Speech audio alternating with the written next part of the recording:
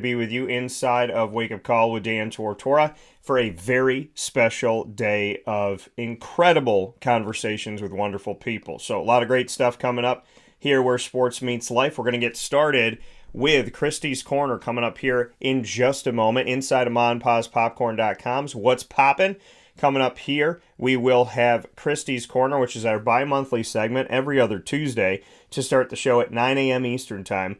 The International Boxing Hall-of-Famer, Christy Salters Martin, joins me, along with PB&J's Lunchbox owner, Pat Orr, and we have a special guest today who you see next to Christy, Ron Borges, longtime sports writer and International Boxing Hall-of-Famer himself, will be joining me for an unforgettable experience of a broadcast that you cannot miss a second of. After that, we'll be joined in hour 2 at 10 a.m. Eastern Time by Tammi Reiss, the University of Rhode Island Rams women's basketball head coach. We'll be talking about Rhode, the NIT, making history, the success the team's had, and we'll get her thoughts on the NCAA Tournament and how it all finished up for the women, and we'll round out the show, speaking of finishing up, with the ingredients to success, proudly brought to you by the fantastic people at Avicolli. So without further ado, we will take a quick step aside and be back with Christy's Corner. Carvel DeWitt, it's what happy tastes like. Do you know why? Because we make ice cream. Creamy, rich, flavorful ice cream. Not yogurt or iced milk like some of our competitors. Ice cream. Fresh, by hand, daily. For the calorie conscious, we have something new for you. Our new Carvelite. Same great flavor, creaminess, and texture of our regular ice cream with only 35 calories an ounce. So whether you want an ice cream cake, flying saucer, dasher, carvalanche, hard or soft ice cream, we will satisfy your craving with our fresh, handmade regular or new Carvelite ice cream. Carvel DeWitt. It's what happy tastes like.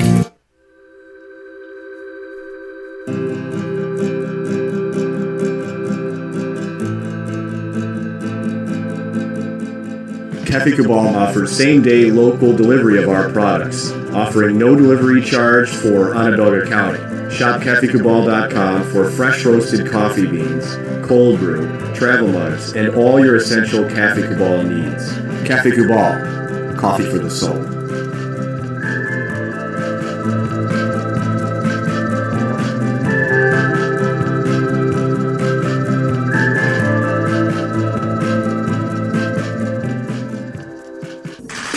The Wildcat Sports Pub in Camillus, New York is located on 3680 Milton Avenue in the Home Depot Plaza. It is your family-friendly sports bar and restaurant. Folks, some sports bars aren't family-friendly. Some family-friendly restaurants are not sports bars. The Wildcat Sports Pub in Camillus, New York is proud to be both. It is that marriage that you've been looking for years. The Wildcat Sports Pub is your home base for your sports bar and restaurant needs, games for the kids, indoor and outdoor activities, and enough things on the menu to come back every single week and get to try something new.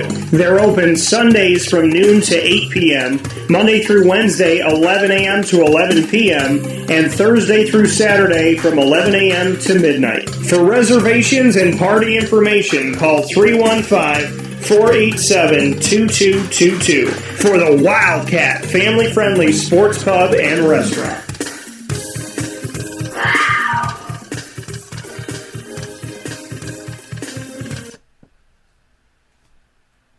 Welcome back here to Wake Up Call with Dan Tortora from inside of the Cafe Cabal studios. You know, every other Tuesday, we have an exclusive special that we bring to you bi-monthly here, Tuesdays at 9 a.m. to start off Wake Up Call. And that is our Christy's Corner segment featuring the champ, Christy Salters Martin, here with us, International Boxing Hall-of-Famer, a fantastic human being, working on a lot of projects right now, and we've discussed it, from the boxing VR game that we have, Golden Gloves, to her book, to everything else coming out, movie that we're going to be talking about today. And we have Ron Borges here with us, another member of the International Boxing Hall of Fame, and of course Pat Orr, who has taken some incredible pictures in the world of boxing. She's also the owner of PB&J's Lunchbox that is here on 663 Old Liverpool Road in Liverpool, New York, that proudly brings you this segment on Wake Up Call exclusively. So with that being said, Ron, Christy, Pat, how are we all doing? Good morning. Good morning. Good morning. All good. So, Doing good. Christy, I'm going to defer to you. This is your corner. So I know we have Ron on the phone here today. for a special conversation. There's a lot of different places we can go to, but I'd love to hand it off to you as far as where you'd like to start now that we have Ron Borges here as a special guest. Well, I'm very honored that Ron took the time to come on with us this morning. And of course, now that we have him here, we have to talk about the book and just the craziness that I caused him when many times we'd be in mid-conversation, I would say to him, Ron, I'll call you right back. And then it's like 6 or 7 hours later, and I'm like, oh, shit, I forgot to call Ron. So I guess, if Ron shares some of the crazy days, it doesn't have to be the stories about the story in the book, but the story behind the book, if you would. Yeah, so Ron, and as Ron gets set to do that, I do want to let everybody know the book, My Journey Through Boxing, Fame, Abuse, Murder, and Resurrection, Fighting for Survival, the Christy Martin story with Ron Borges as a part of this. So, yes, Ron, please, I would love for you to indulge Pat and I and everybody watching and listening about what it was like to work with Christy on this project. Well, it was interesting, to say the least. When I first approached her, I talked to many years, although I covered most of her career. And as she loves to point out, I made it clear early in my writing career that I was not a big fan of women's boxing, which I was not initially. But over time, Christy sort of changed my mind because of the way she approached the job. In those days, there were a lot of women that was almost more of a sideshow. Christy just wanted to be a fighter, not a female fighter, not a circus act, just a fighter. And over time, I saw that she could fight a little bit. And then I said, well, she can fight a little bit more. And by the end, I said she can fight pretty well. So as time passed, we sort of drifted apart as people do in this business. And then it suddenly struck me. I just finished a documentary I'd worked on about Oscar De La Hoya and Julio Cesar Chavez and their two fights and the sort of cultural side of that. I was looking for another project, and I thought, Christy Martin, what a great documentary that would make. So I called her, and we agreed to meet down in Florida. Of course, I was late to the party. Story of my life. She had already begun one with Netflix, but since I didn't want to waste a trip, we started talking about a book. And she said she had been approached a bunch of times and said no. But for whatever reason, and Christy can explain that to you, for whatever reason, she decided to say yes.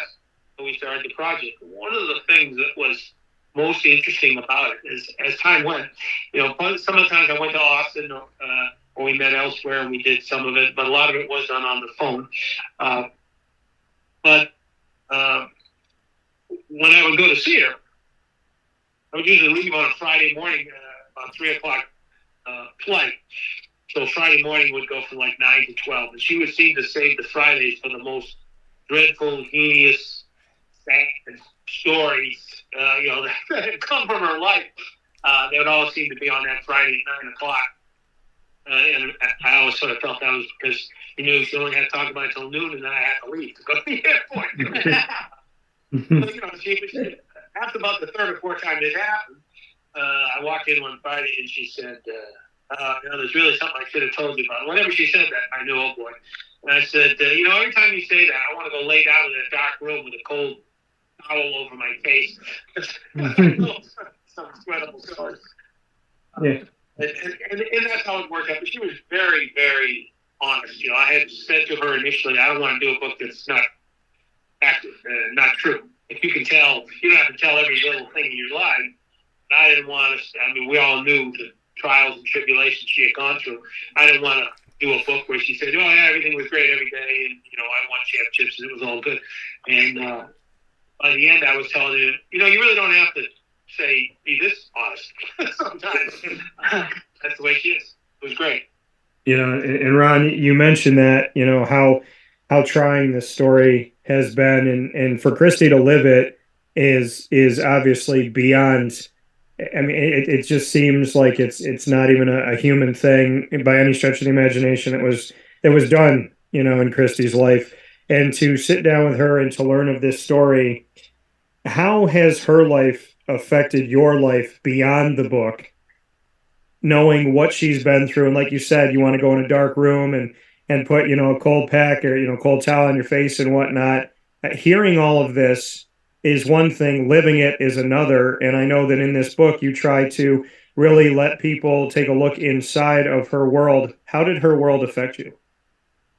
Well, I think I've become a lot more understanding and a lot less sure that, reporters get paid to know the story. And, one of the things I found out was that I didn't know anywhere near as much about Christy's life as I thought I had.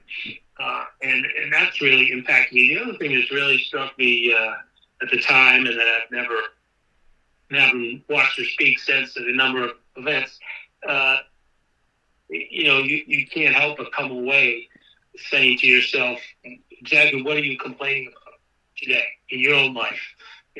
How bad is it really? Oh, really? This is such a problem that you can't get out of bed? Or this is such a problem that you can't figure some way to solve it? Look what this woman did really for most of her life, overcoming one large obstacle after another. And, always finding a way to fight back and to never quit. And I think we all sort of think, and we're subscribed to that, you never quit. There's whole levels of that, and what I learned from Christy is that there's a level of not quit that only some people have, and if you can take that away from reading this book and from getting to know her story and just make yourself a little bit stronger, your life will become a lot. May not be less complicated, though. It'll be easier in a lot of ways. That coming here from Ron Borges, who joins us in Christy's Corner as our special guest. With Christy, our bi-monthly special guest, and Pat Orr, the proud owner of PB&J's Lunchbox, that brings you this exclusive segment on Wake Up Call with Dan Tortora, having a discussion right now about Christy's book. I want to let everybody know that the easiest way to go out and get it, obviously you can reach out to Christy on social media. You can also go to Amazon.com for the Kindle as well as the hardcover. Again, Fighting for Survival, Christy Martin with Ron Borges. Christy, you just heard all those words from Ron, and like he said, you could speak a little bit more to it, calling him up on that Friday and making sure that he's laying down somewhere safe so he can hear these stories. But I would love to hear your side of it too, and just what it was like when you would say something to Ron for this book and then call him up and say, oh, wait, I forgot about this, or you may need to sit down for this. Because to me, what you went through, Christy, a lot of people just kind of keep it to themselves and they move on with their lives, and that's the way that they try to deal with it. You've shared your story with the world, and when you were creating this book, you had to be very, very honest, and I'd love for you to expand on what Ron was saying. Well, number one, Ron was right. He came to Florida and met with me, and I had told other people no, but we've known each other for a very, very long time. And I did know that he was not a fan of women's boxing, but I also knew that I had won him over a little bit by the time that my career with Don King was over anyway. And when he came to me, I felt it was real. I felt genuine that, no, I want to tell your story. I want to help you tell your story. And I want it to be authentic. And that's, I told him, he gained a family member, whether he wanted to or not. He stuck with me.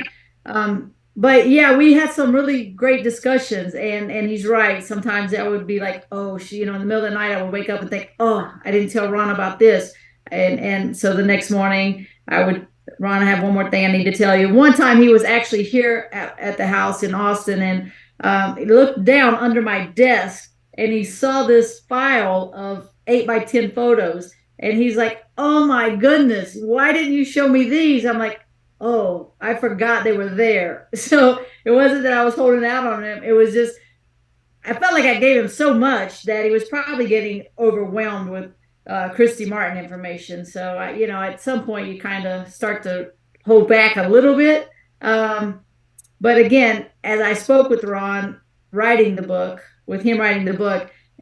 I was very comfortable. And so it was easy for me to talk to him about the hard stuff. And I felt that he understood me He didn't question me. He understood me. Even though some of the things may have been strange to him or not easy to understand, he found a way. Ron, you admitted that you weren't a fan of women's boxing initially. How did Christy change your mind to where you are today? Well, one of the things that I didn't like about it was I saw very few women in those early days who really knew how to fight, in my opinion. And then the next time I see them, they weren't any better than the next time. And the next time I see them, they weren't any better than the first time. With Christy, that you always saw from the start was this sort of pretty consistent improvement, becoming what I describe as the highest praise I can give a professional fighter is when I call him, that guy's a professional. He's not some guy just in there winning punches. He's not something. He's a professional fighter. He takes it seriously. And Christy was the same way. And you could see the improvement. And then, of course, he became dominant there and didn't lose a fight for nearly 8 years. And it wasn't just that the opponents, some of them over time, they could fight too. It made any difference. She was better than everybody. And you have to respect that. You have to respect the person who is putting in that kind of effort to get better. And the other thing about her, at least whenever I spoke to her, she didn't spend a lot of time whining and complaining about, what wasn't there. She knew how difficult the road was and that she was really cutting a path for all these female fighters that have come along since. And that's very difficult. John King says in the foreword to the book that some people have said to him, well, if it wasn't Christy Martin, so it would have been somebody else as the trailblazer. And King's response is, but it was Christy Martin. It wasn't anybody else. It was her. And I came to really, respect that about her. And the other thing is, just as she's very honest about her life in this book, painfully honest, she was what I call an honest fighter. She came there to win. And most of the time that's what happened. When she didn't win, which was basically late in her career, she didn't spend a lot of time making tons of excuses or complaining, with the exception of one time when she had every right to complain when the referee did one of the worst jobs in the history of boxing, male or female, stopping the fight when she had a broken hand. And it was the last, I believe, 30 seconds or so of the last round. There was no reason to stop the fight, but they did. And even then, she didn't like it, and she complained about it loudly. But then she moved on, and so I gained a lot of respect for her as an athlete, and as a fighter, and most importantly, as a serious person. She was serious about what she did. She wanted to be good, and she didn't want any breaks. By which I mean, don't give me any breaks and say, well, she's a good female boxer. She either wanted to be known as a good boxer or not. And certainly by the end, she was, in my opinion, the greatest female boxer of her time, and most people would say of all time. Big words coming from Ron Borges here with us this morning inside of Christy's Corner with Christy Salters Martin, the champ, and of course Pat Orr, myself, Dan Tortora, inside a wake-up call. Hearing from Ron right now, who's been connected with the Oakland Tribune, Sacramento Union, as well as the Boston Globe, Boston Herald, inducted into the International Boxing Hall of Fame himself back in 2022. Pat, any questions, thoughts, comments toward Ron or Christy from the conversation so far? Boy, I think that Christy picking Ron to do her book was a great choice.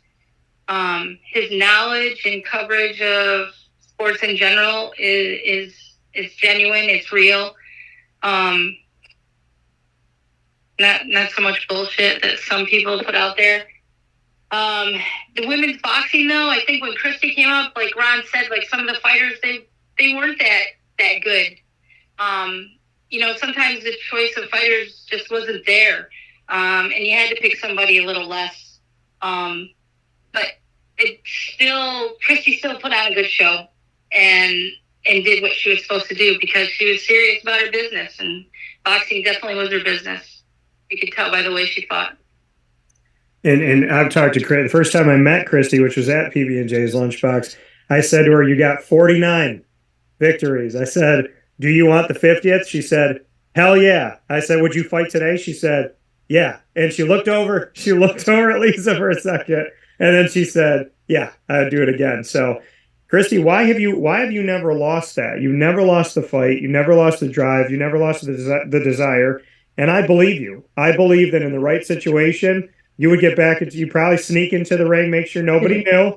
Maybe tell me, because I want to be there, and Pat's got to shoot it, and Ron obviously has got to tell a story about it. So what is it about you that, I don't feel like we can ever count you out of the ring, and you're still in it with everything that you do with your companies and everybody that you help, and the fact that you're paying it forward by looking for the next boxer all the time.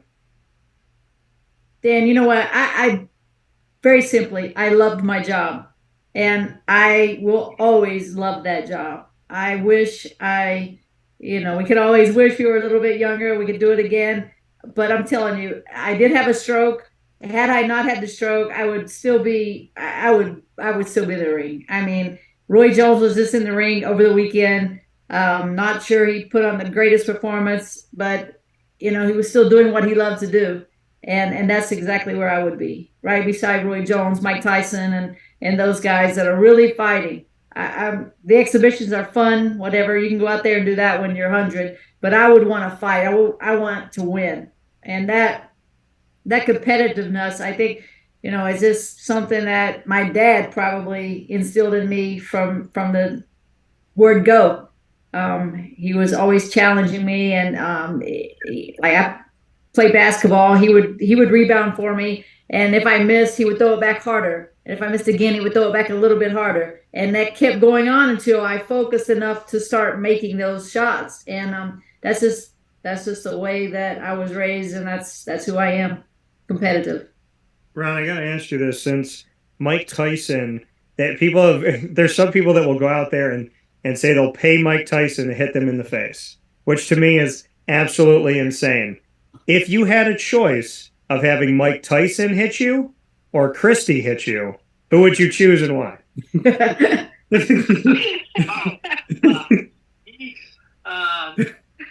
I would either reluctantly choose Christy, only because Tyson outweighs her by 50 pounds. But I would go in there with a catcher's mask on. It would be an enjoyable event either case, I mean, the one thing about Christy, and I've told this a couple times, a lot of people say, well, you had 49 wins, would you like the 50th win? And in my mind, she got the 50th win when they put Jim Martin's ass in prison for 25 years. Yep. That was the 50th win, and that was probably the biggest fight of her life, because you're confronting in a courtroom a guy who's been her trainer and her husband, who stabbed her, shot her in the chest. I mean,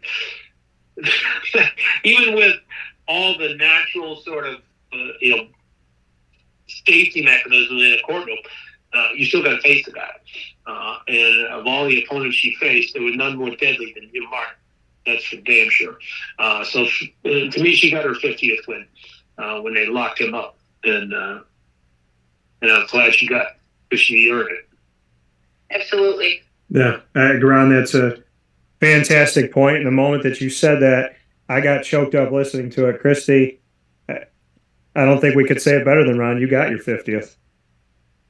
It took me a long time to be okay with that. But yes, I did get my 50th win, and I got it in the courtroom. I also, I many times, I know that I got the 50th win when I got up off the floor after being shot and stabbed, left there for dead, bleeding like crazy, and was able to get out of the house that night. So the truth is, I tried twice after to get 50th win, but I already had it. Yeah, you did. And you know what? The thing is you didn't just get your 50th win. Because of your story, because of your fight, because of your love for yourself, your dedication to yourself, and getting up off the floor in insurmountable odds to a lot of people, you not only got to win, but I know that Christy Martin has saved somebody's life somewhere. And you may never know that, but we know that. Because when somebody else sees somebody fight insurmountable odds, without question, someone will fight their own insurmountable odds because you did it, and now they'll do it, and that's going to pay forward. And Ron, I know we've had you for a bunch of minutes here, but so before we let you go, I would love for you and Christy to speak on how this book is a win and why people should buy it. Ron, I'll start with you. Well, appreciate that, because that was really the point of doing this. So look, it's it's just from a journalist standpoint or a writer standpoint. If you can't write Christy Martin's story, you might as well have your fingers cut off. I mean, it's not that the story's all there. But the whole point of the book really, and I didn't necessarily realize this at the start, but the point of the book was just what you described.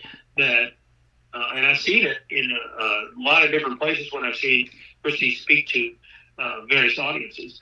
The whole point of the book in the end is you can do it. If you're willing to fight for your own survival, if you think you're worth it, which you are, here's the proof that you can do it, because you can't get any lower down than Christy was. She was one of the things I loved that she did when we talked about it. Of course, she had a battle with drugs for 4.5 years before she got shot because her life was so miserable.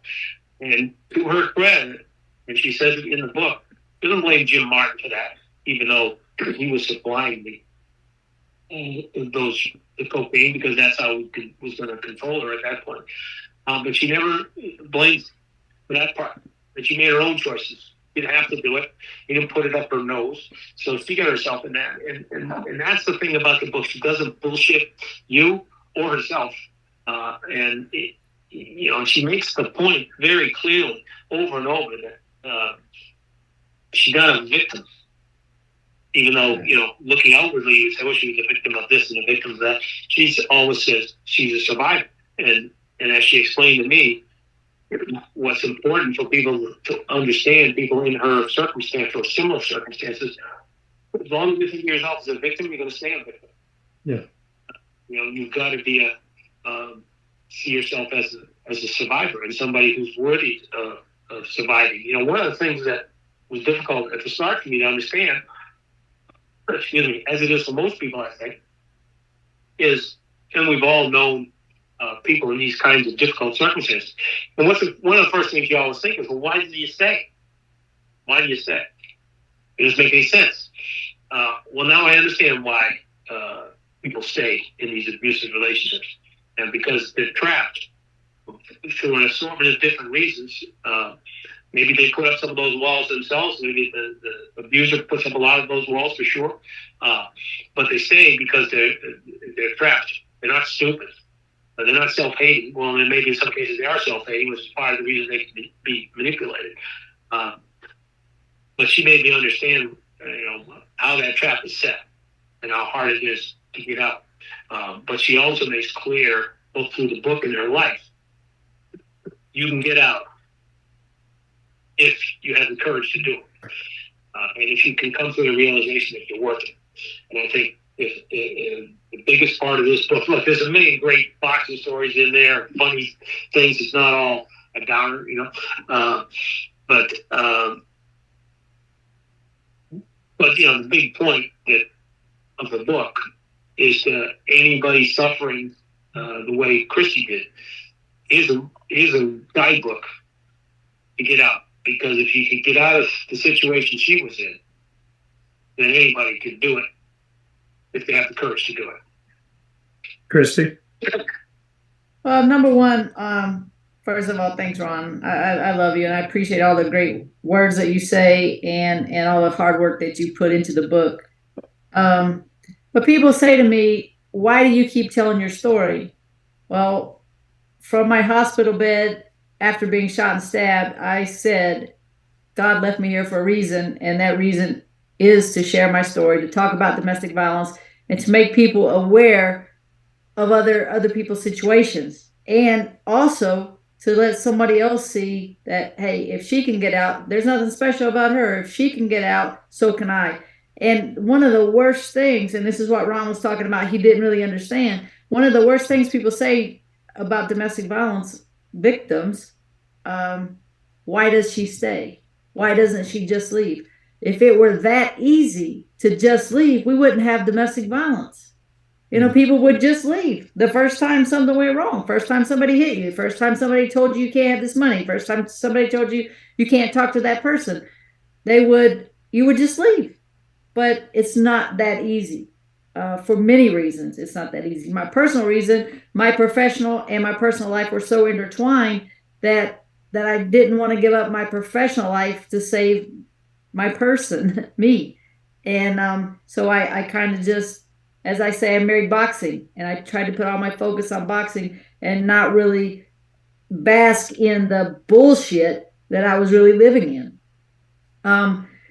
So I do think the book, and you can get it from ChristyMarkPromotions.com. I will personalize it, take it to the mailbox myself, and send it to you. I think it's also the underdog story. If everything's not so perfect, I'm from a small town in southern West Virginia, and coal miner's daughter, and I made it. I made it through the boxing world, which is a tough world to make it through, and I made it to the other side of a terrible domestic violence situation. Yeah, and we're happy that you did, and we're happy here to celebrate that and celebrate your life and celebrate it with this book and everything. Ron, I can't thank you enough for being a part of today. I would love to have you back on the show, but I do want to say thank you very much for sharing the stories that you've shared and for caring so much about Christy enough to tell her story. It means a lot. Sure, no, I'll be happy to come on any time. Before I go, I want to tell you one really fast story that I think encapsulates what we were just talking about. Sure. Christy described to me, and we have it in the book, the night that Jim Martin proposed to her in the middle of the street down in Florida. And in the midst of the proposal, he also says to her, "And if you ever leave me, I'll kill you." And when she told me that, I got to be honest with you, I laughed out loud. I just looked at her and said, "This struck you as a really good idea?" Who said he wants oil kill me? Maybe not the best. And she, we got to laugh on, but it just shows you, that when someone has control of you, maybe because you have your own issues, he knows how to push the buttons. But who would take that? I mean, of the four of us on this call, I'm pretty damn sure that the only one who would have taken that deal was Christy Martin. Was it after a fight? Maybe he had a concussion. Look, he told me that so many times. I mean, from almost the word go. Like he would kill me if ever I left him, and he would say it in front of people. I mean, I don't know that maybe Pat even heard it before. He said it many times at the Hall of Fame. I remember a friend up there, Tammi Reiss. I know he told her, if ever she leaves me, I'll kill her. So yeah. I mean, he never told me because I don't think he liked me. Yeah. Yeah, well, like a lot of people. Yeah.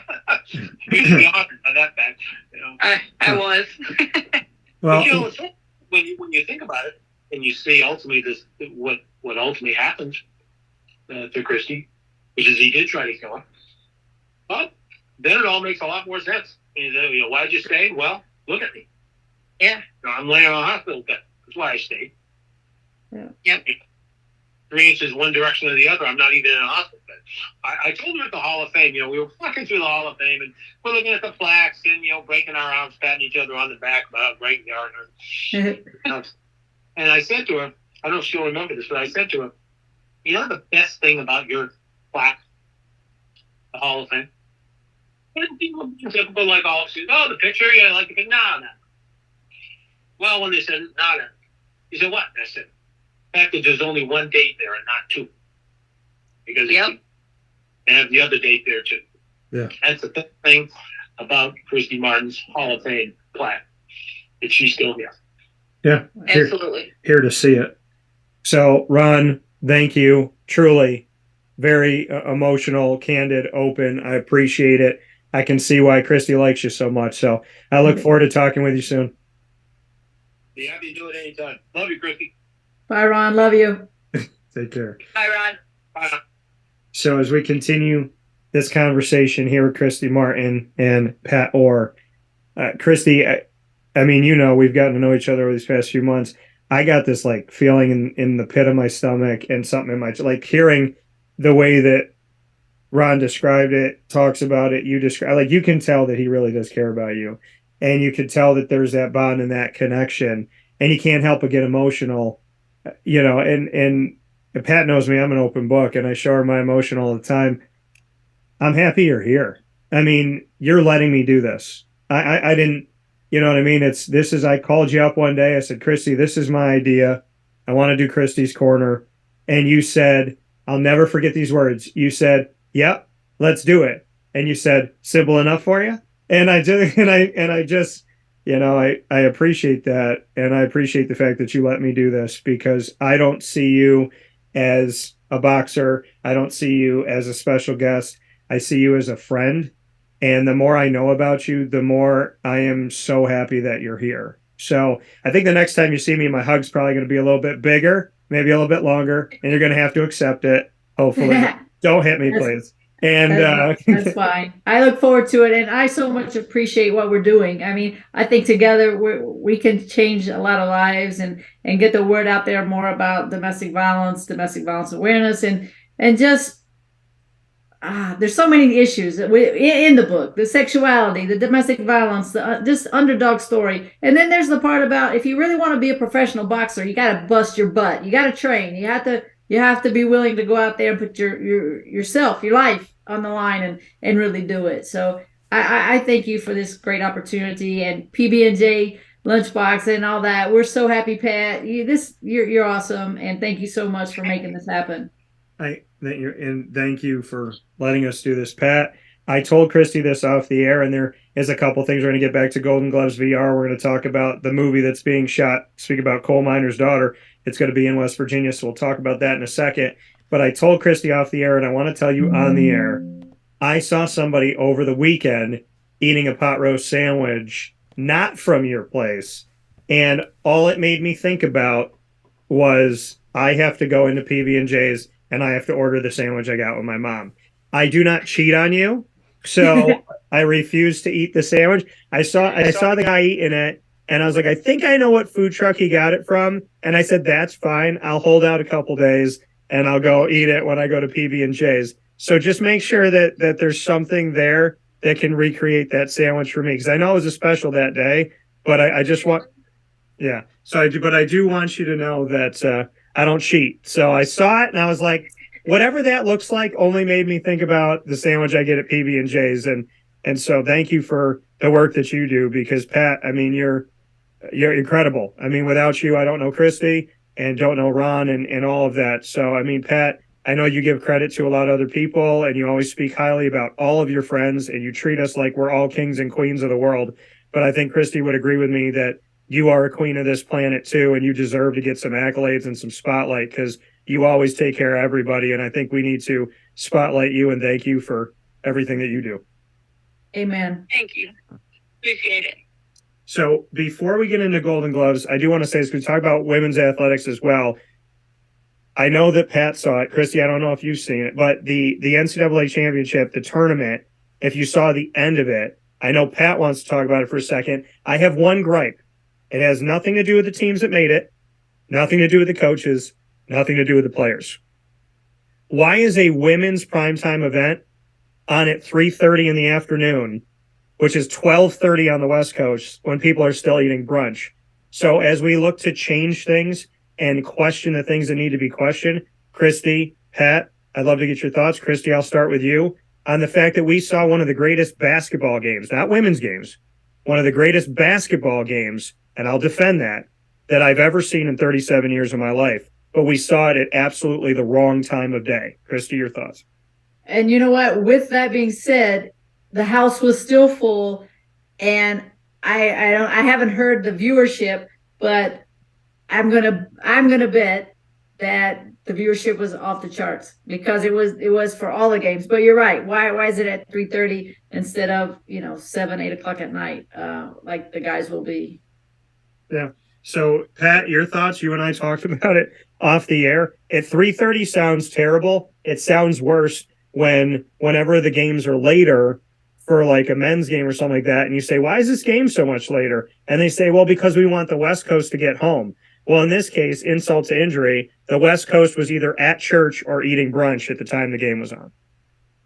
Absolutely, and I think it's because women's sports are still considered the undercard.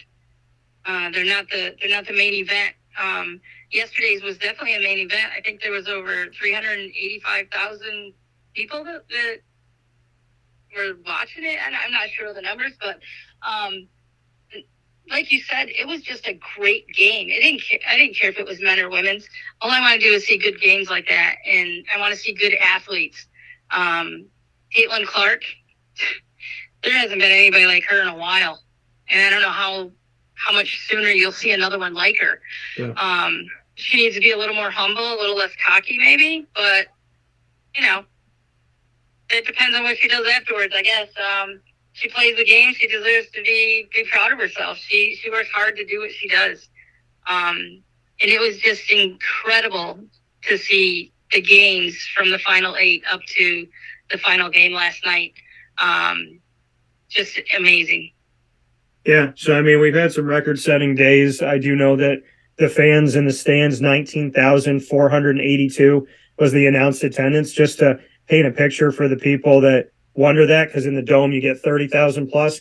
Most of these arenas that hold NCAA tournament games for men's and women's typically top out at 19,000 or 18,000. So 19,482, that's a packed house in a men's game or a women's game. So I want to thank people for showing up in Dallas at 2:30 their time and coming out to that game. I loved the game, appreciated it, had a great time with it. Speaking of games, Golden Gloves VR, we talk about it all the time. Christy has still barred Pat and I from practicing. So, so Christy, I would love for you to tell us, how good are you now? Are you on the expert level? Can Christy beat Christy? I just want to know where things are with Golden Gloves VR, because Pat and I are chomping at the bit to have an opportunity to get after someone. I also want to know if you have punched anything in the house, like as Lisa's walking around, have you hit the table? Have you knocked her sandwich off of like a little side table that she had on? What was going on there? Did you knock down your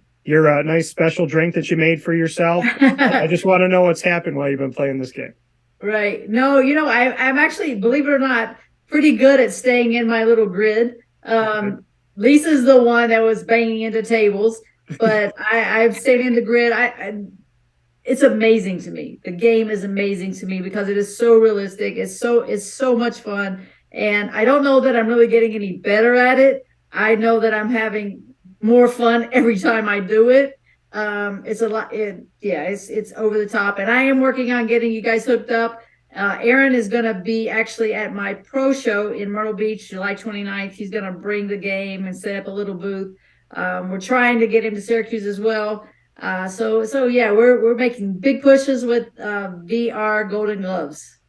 And I also want to make a note, Striking Beauties, shout out to everything that they've done in these last couple of weeks, putting some nice posts out about Christy Salters-Martin joining the team. And they've seen the stuff that we've done with Wake Up Call and social media, and they have reflected that in a positive way. So I do want to shout out Striking Beauties, and I definitely want to shout out Jackie Callan for being on the show as well. And so that you guys know, and I know Pat knows all about this place, Ma and Pa's Kettle Corn and Popcorn Factory has a new premium kettle corn called the Elvis.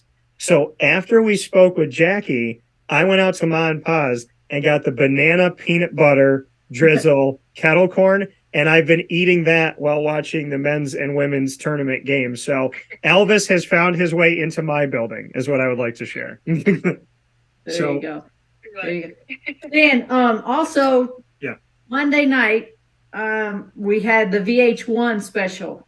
Yeah. Christy, it's celebrity crime celebrity, I think. So it's kind of my story on the VH1. So it's exciting. I'm old, so I had to record it, and I'll watch it hopefully later on. But yeah, I'm excited about that as well. We had a lot of people on as guests. I think, matter of fact, they talked to Ron, Lisa, my hairdresser, who gave me a very short haircut. prior to the the recording, but yeah, it was fun. It was exciting and entertaining, and it's always tough. As I said there, talking about my story and my life and putting my world out there to everybody. But hopefully we get a little resurgence and people start to talk about domestic violence through this story. Yeah, so celebrity crime story, true crime story, and Christy Martin in connection with that. So check out VH1 and don't miss that. You can also see the Netflix documentary part of it as well. And Christy is going to be in a new movie coming up that's being shot in West Virginia, the perfect home of the coal miner's daughter. Because as Christy said, you can take the coal miner's daughter out of West Virginia, but you can't take the West Virginia out of her. You're heading to West Virginia to be able to do this and share this story. And I'd love for you to share with Pat and I. And I'm going to keep doing this on the air so that you have to answer us. Are Pat and I coming to the red carpet is what I want to know. Well, this one I have a lot less say, but it's titled The Beatdown.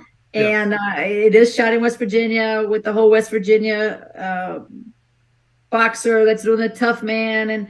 And I'm playing a mother to my son, who is an okay boxer, but he really can never train hard and keep his focus. So he's out there being a screw up kind of. Now he has a son, and the son's serious and a much better boxer. So he's entered into the tough man. Dad comes back. It's one of those. He's the loser, but wants to still be the big man on campus. So I think it'll be fun. I don't know. I'm not much of an actor or actress, but I don't have to go real far because I'm a former boxer, West Virginia, and all these things that I pretty much am. So I don't have to go too far. Just as long as I can remember a few lines. Yeah, so I'm excited about it. Pat, what do you think about what's coming up here for Miss Christy Martin, your longtime friend, the fact that we have a movie being shot in West Virginia, VH1 telling the story, Netflix telling the story, the book telling the story? Sounds like a lot of good things happening for a great person, and I know that you've had a relationship with Christy for a long time, so I'd love to hear it from your angle. I gotta say I'm pretty proud of her because she just keeps doing what she needs to do to get her story out there. 48 hours, Netflix, now VH1. And I think that, when her actual movie comes out, that everything's going to come together, the full circle. And if people don't hear about Christy Martin's story and don't understand it as an underdog story and a survivor story, then there's no hope for them. Yeah. Because she's doing everything she can to help save somebody. Yeah. And it's an amazing story to tell. I'm just happy to know. I would, the thing is, Christy, I know this story is part of you and it shows who you are and it's created who you are. I love what Ron said, because I tell this to people all the time. You're not a victim. And I tell this to people when they have cancer too. I say, I don't call you a cancer survivor or a cancer victim. I call them cancer thrivers. They thrive beyond it. They go beyond it. Cancer does not define them. They define them. What happened to you, what Jim Martin did to you, that doesn't define you. It shows I don't think it defines you. I think it shows you. I think it showed you how strong you are. I think it showed you how versatile you are, how incredible you are, how much faith you have, how much determination, desire, and strength you have. If anything, Jim Martin unlocked another piece to Christy that maybe you didn't know you had. So with all due respect to Jim Martin, accidentally, he made you stronger. And I think that that's the best part of this story, is he unlocked an element of you that's a total knockout beyond the ones we already saw. You know what, Dan? I think great points, because what he did was he let me know that there's so many people. He had me convinced that the world hated me. Like, my friends hated me, my family hated me, fans hated, everybody was against me. Everybody in the world was against me. Like, he's the only person that cared. So what he has shown me, and by me getting back up on my feet, that's so much not the truth. And the acceptance through boxing, so many people, so many times he told me that boxing world will not accept me because I'm gay. Well, I'm sure there's some people out there talking behind my back, but I haven't felt it. I have felt nothing but love and support. I mean, I just sat across the table from Don King for 3 hours, 4 hours a couple weeks ago, and nothing was said, and we talked about everything, but there was no difference in how he talked to me or how he treated me. The same thing goes on and on. I mean, I work with Vito Melnicki. I work with people, PBC. I work with so many people in the boxing world, Samson, and it's all about, most of the time they actually ask me, how's Lisa? Before they even, ask me how I am, which sometimes pisses me off a little bit. Like, no, don't you care? I love that. I love that. I absolutely love that because, and I've done it, I mean, in a different way, but like when my parents got divorced, everybody said to me, how's your mom? How's your dad? And after a while I go, yeah, I'm fine. Like, right. I'm doing okay. I'm connected to both of these people. So, with that being said, Christy, how is Lisa? No, I'm kidding. So, so Pat's going to start our rapid fire. Pat's going to ask me, and then I'll ask Christy, and we'll go around and come back as we always do. So, Pat, you get to start us off today. What do you got? Oh man, let's talk basketball. Okay. Let's talk the men's game tonight. Okay. Who are you going to pick and why? Okay. And I'm going to tell you that I'm going to pick UConn. So, yeah. Because I think Hurley's one of the best coaches out there right now. Yeah. I mean, as people are here watching this Tuesday morning, I will tell you that I had a dream about San Diego State and UConn winning, and I wish that dream would have come to me earlier so that I could have written that on my board. But, in my bracket. But I will tell you that I think San Diego State's a phenomenal team. I just think UConn, the prediction was UConn's a better team. I think Dan Hurley knows. I think he knew going in. Like, I've had the blessing to cover this entire tournament. I've done more work with this tournament I've done with any tournament ever in my life when it comes to, like, national, like, coast to coast, all nooks and crannies of the entire country. And I thank everybody and every coach and student athlete that let me do this and gave me the opportunity. But I've talked to Dan Hurley a bunch of times, and I think that he knew going into the game that I think he knew he was going to win. And I give him a lot of credit. I give him a lot of respect. I think Brian Dutcher, who I've talked to a lot from San Diego State too, I think he's terrific. And he did something that nobody thought would be done. So, in my opinion, I think they're both great. I really do. And I just, UConn has shown that they're the better team in a lot of different ways. Christy, I'm going to come to you for this one. I was eating a snack before we started to get on the air. I want to know your favorite snack and why. Oh, wow. Well, this is kind of crazy. This is what I had late last night. Matter of fact, like in the middle of the night, I think. I woke up and I had almonds and raisins mixed together in a cup, and that's like to me, I think it's healthy. I'm not sure it is, but it's better than some of my choices could be. Yeah, I like that. I like almonds and raisins. It could have been like a hot fudge sundae or something. Yeah. So right. Healthy. It could have been, because I think that actually it was Friday night. I was like, Lisa, I really, really would love to have a piece of cheesecake. Just take me to like H-E-B or to the grocery store so I can go in and get it. No. Lisa decides we should go to the Cheesecake Factory and get a piece of cheesecake, which means, the pieces of cheesecake are like the size of a half of a cake. Yeah. So anyway, that happened. They also cost $72 there. Yes, they do. So what's your question for Pat, Christy? So Pat, if you were going to purchase any car, what car would you purchase? Oh boy. When I was younger, I always wanted a Thunderbird. All right. But now I'd have to say I like to go for the comfort. And I'm really kind of simple.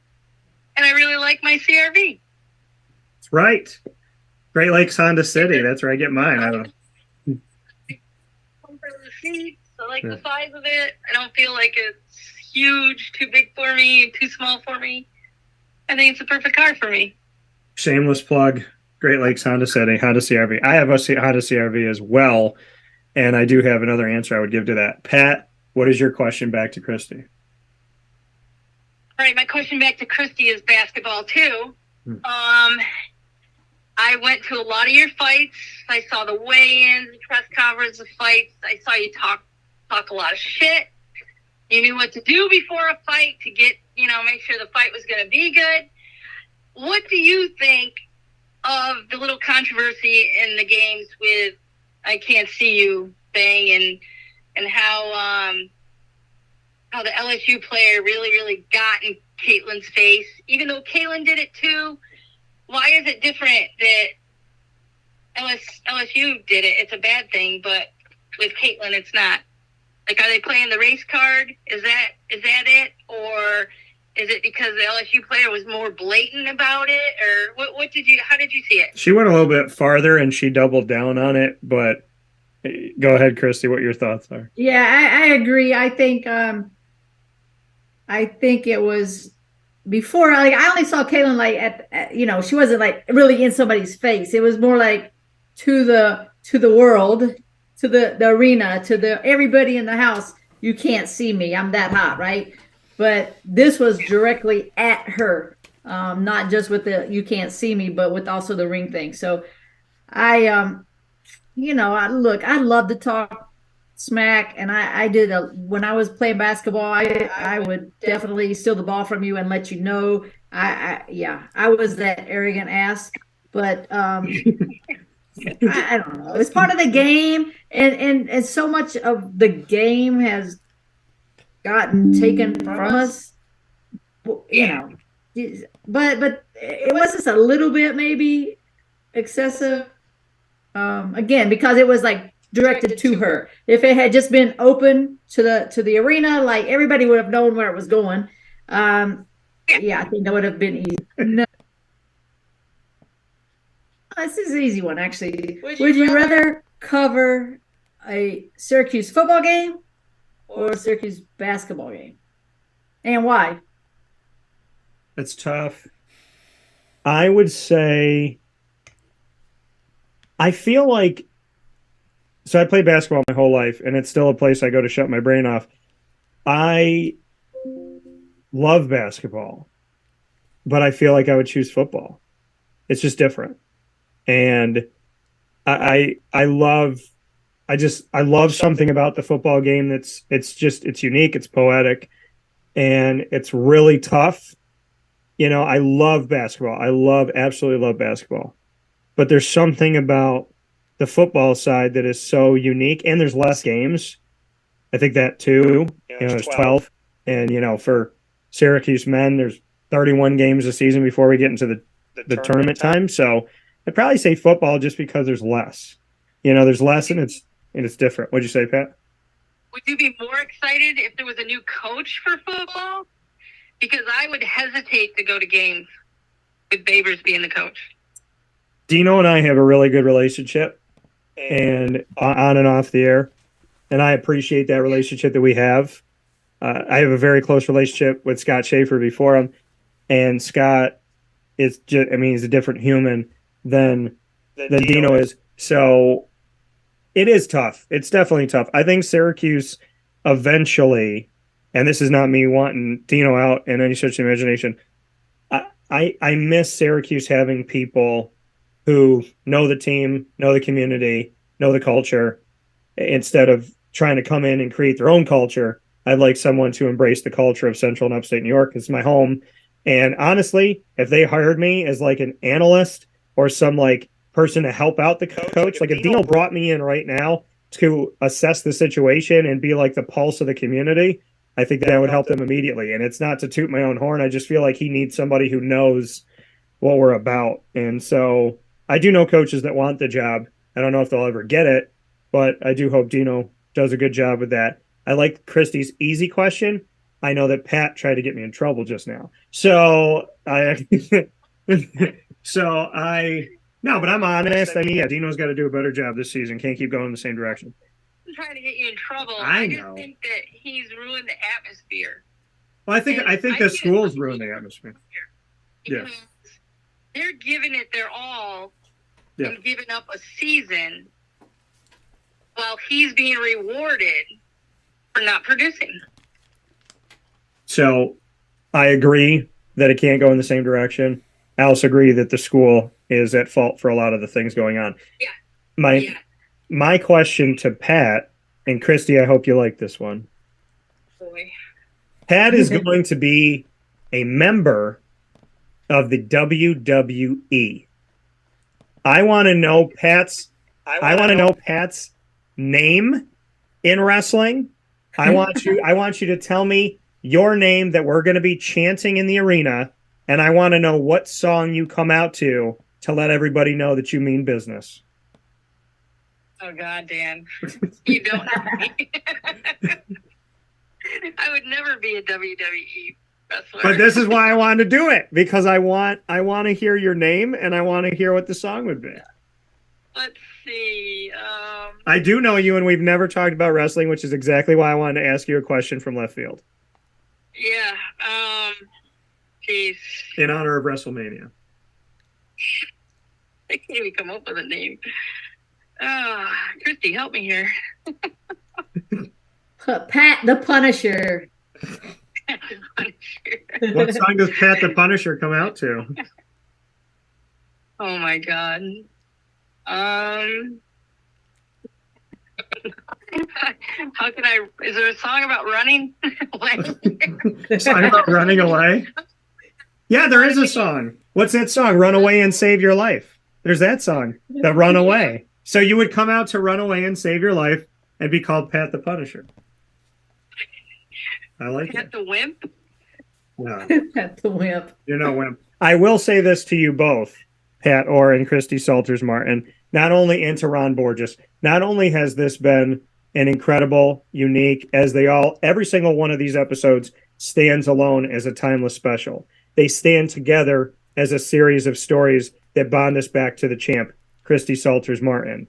So with that, we implore you to go back to youtube.com/wakeupcalldt and watch all of these videos. You can also connect with them on wakeupcalldt.com, and we will let you know on social media how to make this easier. We also share them repeatedly on audio and video. I want to thank you, Christy, and you, Pat, for making this the one episode above all episodes where you have both sworn the most.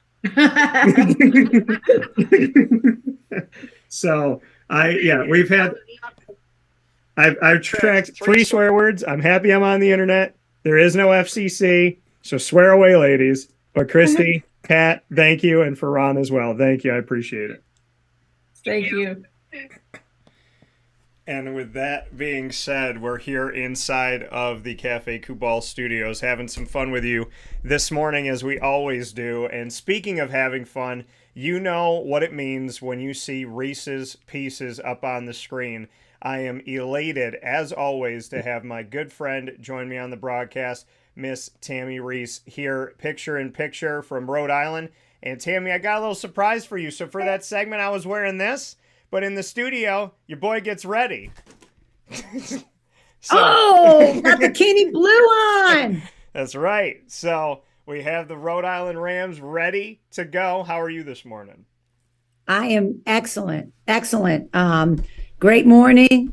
We had some good news yesterday. So, just keeping this train rolling and working, constantly working. Enjoyed watching UConn win it all last night, cheering for Hurley. But, just really focusing on getting our team together for next year. Yeah, and like you said, you had some good news. I saw that go up. How has that recruiting trail been after coming off of a season where this team got to continue under you to create more memories and more success? Obviously, it's really easier to get in with people. They know the brand now. They know the name. It's not associated with losing anymore. And to be able to win a championship and, compete in the postseason, you got, so it's been a really, really good off season. And us working the transfer portal and trying to find the pieces we need, to fit into our current team and where we need to go to get to the next level. And that's always improving and getting better. And for us, that means winning an A10 tourney and going to the NCAAs and making some noise. And so that's the next level for us. Yeah, in this season, and I believe you deserved a spot in the NCAA tournament. I'm not saying that because we're friends. I'm saying that because of the body of work that you put forward. So when you didn't get that, and the NIT came a call, and bring me into kind of the ups and downs of that, of wanting to get into the NCAA tournament, not getting in, going to the NIT, and obviously having a winning mentality and a winning nature continue on in the postseason there. I know it's not the NCAA's, but you made some hay there, had some fun, and I followed you all the way through that. So I'd love to get your thoughts on how the postseason went, and if you felt like this team was slighted, and then how the team, rebounded and did what they did in the NIT. I'm always a realist with the public, with my team, and I was honest with them. We were outside looking in, on the bubble, outside the bubble looking in. And so we either had to win the A10 tournament or get to the final, and to even be considered as a bubble team. And I'm honest with them. They know that. You have to take care of your business, and you got to do what you got to do during the year. But so they weren't shocked. It wasn't like the year before where the team was shocked and just couldn't recover from losing the regular season, not winning in the A10, not getting into the NCAA. That shocked them. This year we were prepared and really focused on, okay, we didn't do what we needed to do, but we need to play in the postseason. We still can get the first postseason win in school history in 48 years. And I tell them, whenever we suited up, we're competing.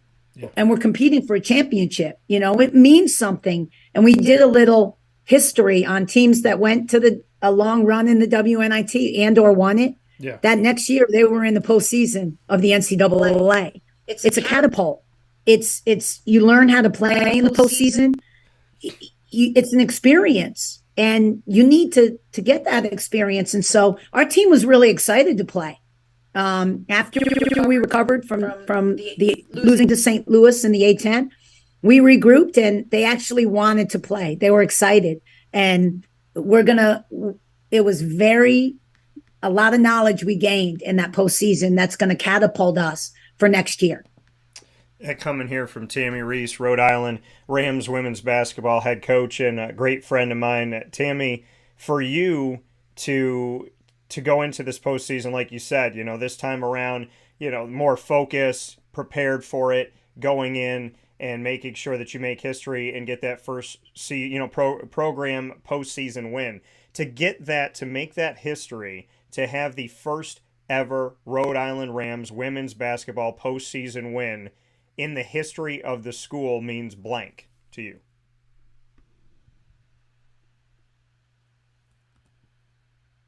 It's really two words. I want to say means the world, but more importantly, just blessed, just thankful, because of this team. They did it. It's not me. It's not the players win games. They win championships and they win games. Coaches prepare them for the moment, put them in the best possible situation to be successful, and through preparation, through scheming, whatever it is. But in the end, this team did this. They won their first A10 championship in the history of the program. That's 48 years. That's a long time of not celebrating confetti and hoisting a trophy. Yeah. And then the second thing they did was continue it and be the first to win a postseason game. And I told them this: you should just be completely satisfied, because no one's ever been able to do it, and no one can take this away from you. There will never be another first, ever. You're the team that did it. No one can take that from you. We may win another one, but it wasn't the first. You brought this school a first, and this year there were so many firsts stand for this team. And so for me, I'm blessed because I had players that did this. I'm satisfied because we did what we set out to do. We had a goal. We had 4 goals, and we reached 3 of them. We didn't get that NCAA berth, but, and I'm thankful to have coached this group. because it was one of my most satisfying, and I told everyone this, coaching years of my career, other than the Syracuse Final Four team, because I love that team. Yeah. To this day, I talk to all those kids, Butler, Sykes, Morrison, Ford. I follow, the tail, Bree and Bria, and then Peterson and Korn. I follow them all on social media. Half of them still come to my home and stay, and they support Ram. They come to all our games.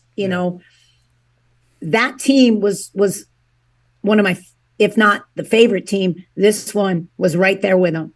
And as a coach, you only get blessed with so many perfect seasons for you as a coach. So I am just so grateful and blessed that I had this. I had these players, and they did this, and completely satisfied with what they did. Tammi, you said, there was 3 goals this season, and four, but you hit 3 of them, not making the NCAA. What were those other 3? And I imagine, obviously, having an A-10 championship was on that list. But I want to see. Do you have them there with you? Yeah, it's funny because I was, you do cleanup at the end of the season, so you're going through all your scouting reports, and I pulled this out, when we had our final team meeting. Yeah. And the girls put these goals together. We as coaches had our goals, and the girls had theirs. The first goal of theirs, the most important goal, was build close relationships as a team, become a family, trust each other, believe in each other, fight for each other, united as one. It's what we must do. That's the first goal. I believe they did that. We achieved that. They said they did. A-10 champions. We did that. Best defensive team in the league. We did that. So then you'll see a line, and there was 2 other goals that tied for 4th on their list. It was a 20-win season. They did that. 26-7. It's the most wins in program history. The only other one was go to the NCAAs, and that was tied with that. Yeah. And so we achieved their top 3, and then we achieved one of the 4th. We just didn't go to the NCAAs. And, Dan, when we talk about first, listen to this, 26-7, most wins in program history. Yeah. First, 15-1 at home, Ryan Center, best record ever at the Ryan Center. 2 20-win seasons back-to-back, first.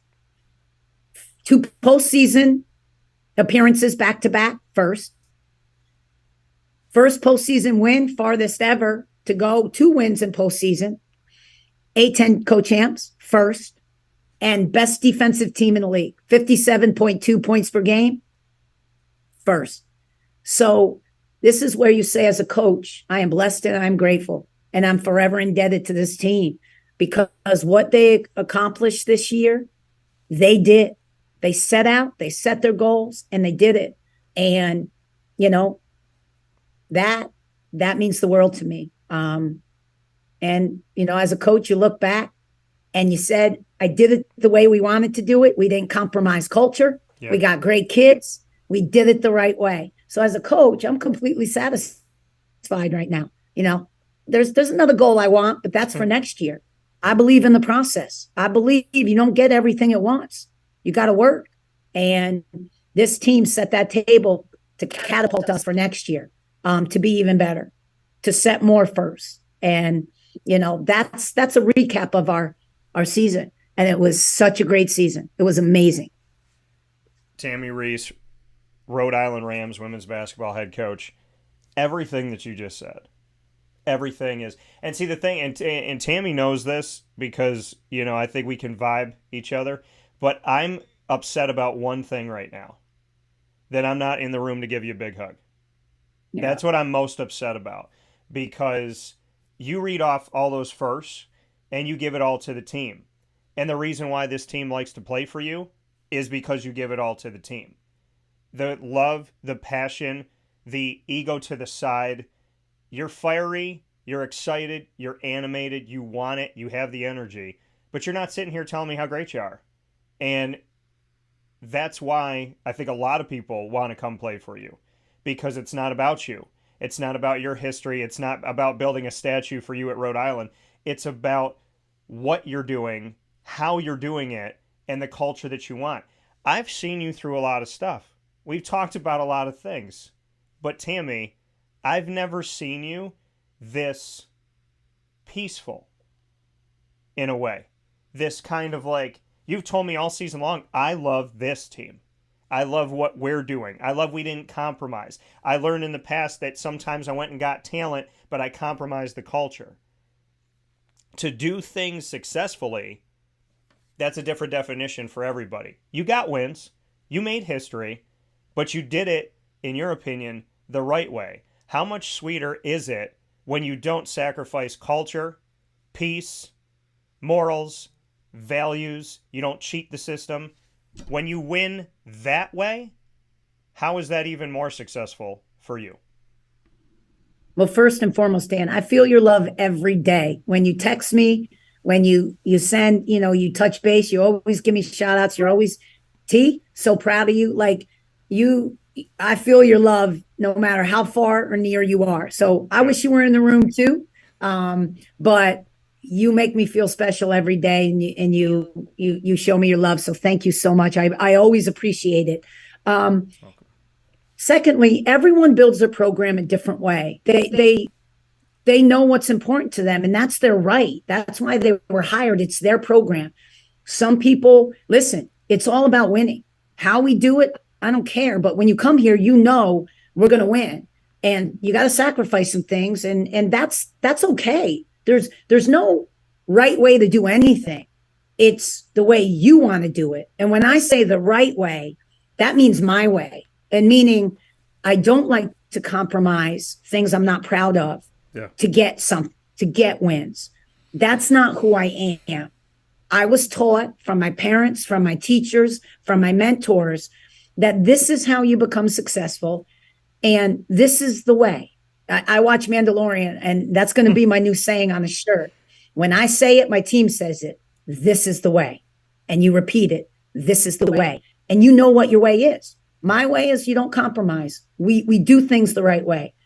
I don't allow you to not be great in everything you do and how you do it. And that's how I was taught. It's how I was raised. So I believe in that. That's my way.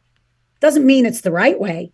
For me, it's the right way. So to be able to win, doing it my way, and not having to not be able to look myself in the mirror and go, you said the A, B, and C, and you did the complete opposite. Yeah. You allowed, E, G, and F, and you won, but it's not the same for me. And this year, I'm very proud. Okay, we didn't go to the NCAAs, but I am so proud of how we did it in the process and staying true to it, that it's way sweeter for me personally. The fans may be like, BS, Tammi, we won a championship, and I don't care how you get that. Well, you don't coach this team. You get to be a fan. Yeah. You don't have to live with yourself in the mirror. You just get to cheer. You're not cheating kids. You're not lying to parents. You're not cheating yourself. And you got to be proud of how you do it. And as a player, I was always proud of how I did it. And I'm proud of how I do it as a coach. And it's funny. Sometimes you learn more from your kids than you do from yourself. And, sometimes my kids remind me, Coach, this is the way. Remember, this is what you said. This is what you wanted. Yeah. And, I got to thank a lot of my kids on my team, because they remind me constantly. They walked away. They'll let you know as a coach when, you've compromised. And some of my kids, I owe a great deal of gratitude, because they keep me on point. I got a great support system, and it's my coaches, my fellow coaches, my administration, and especially my team. Tammi, you say all that, and I love it, and I love the culture, and I love what you built, and thank you for the kind words as always. When you win and you make all this history, I said to Mike Oresco of the American Athletic Conference, I said, kids are in the transfer portal now, but coaches and schools have been in the transfer portal forever. When it comes to realignment, reclassification, moves, we see a coach lose in the ACC tournament, Josh Pastner. The next morning, he's not the coach anymore. So what keeps you in Rhode Island? Because we've talked about the passion for it and what you have in the administration, but I also know that the type of coach that you are, I'm sure people see it. So what keeps you leading the Rams? First, I'm an older coach. What used to drive me as a young, very competitive person, and my value system, status, money, names, all that I used to think was what brought happiness and the ultimate. And now that I'm older, and I just had a birthday the other day. I'm 53. My God, I don't know where the time went. Let me stop you for a second. There's nobody that believes that you're 53 years old. I want to see the birth certificate, but go ahead. Well, I am. And the mere fact that I know every 70s TV show and song, and it proves I'm 53. But I'm in a place in my life where I know who I am and I know what makes me happy. Yeah. And my quality of life, I know what I'm looking for, where I want to live, my surroundings, who I want to surround myself with, what part of the country, so knowing who you are and what you want is a big key to decision making in life. And when I was younger, and I did, I interviewed for other jobs this year. I got telephone calls, but I've got to, if I'm ever going to leave my love for this place and my quality of life and how great it is here. And I tell you every day, I love it. Everyone knows I love it here. Yeah. I love everything about Rhode Island, the state, the administration, the people here, who I do it with every day. But there's always a place that might fit you better. There could be, I don't know, but deep down inside, I know what I'm looking for and I know what makes me happy. And I'm not saying there isn't a place out there that would be my dream school or a perfect fit, but I'm very picky right now as to, number one, half the time, I don't even know why people would want to hire me. There's so many better coaches right now that have done bigger things. But my dream school is out there. Maybe not. Doesn't mean I won't look at it. But right now, it's got to be pretty damn good and be everything I want, check every box to make me uproot a life that gives me complete joy every day and happiness. I don't care if I'm the highest paid coach in America. I don't care if I'm at a mid-major program. I don't care those things. I care that the fit, and I am happy every day I get up. Like I look at myself sometimes and I go, is this my life? While I'm sipping, a cocktail, listening to 80 songs on the Sunday on the ocean. With, live band and eating the best seafood I've ever gotten, with unbelievable fans, a great administration, and some of my best friends coaching with me. It is an amazing place right now.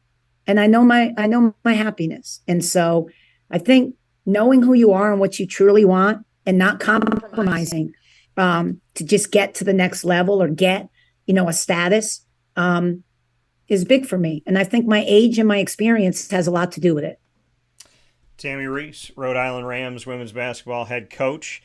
As we shift from what we've talked about here with Rhode Island to the NCAAs and what did happen, I think you're familiar with this one wonderful fellow wonderful coach, Dawn Staley. I don't know if you know her, maybe you know her. And so back in Virginia time, roommates back in the day. So I want you to tell me, so when you're rooming with Dawn Staley, I want to know, what was the food?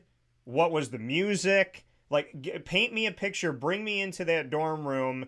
What was life like with Dawn Staley? I want to know music, food, conversation, hobbies. What's going on?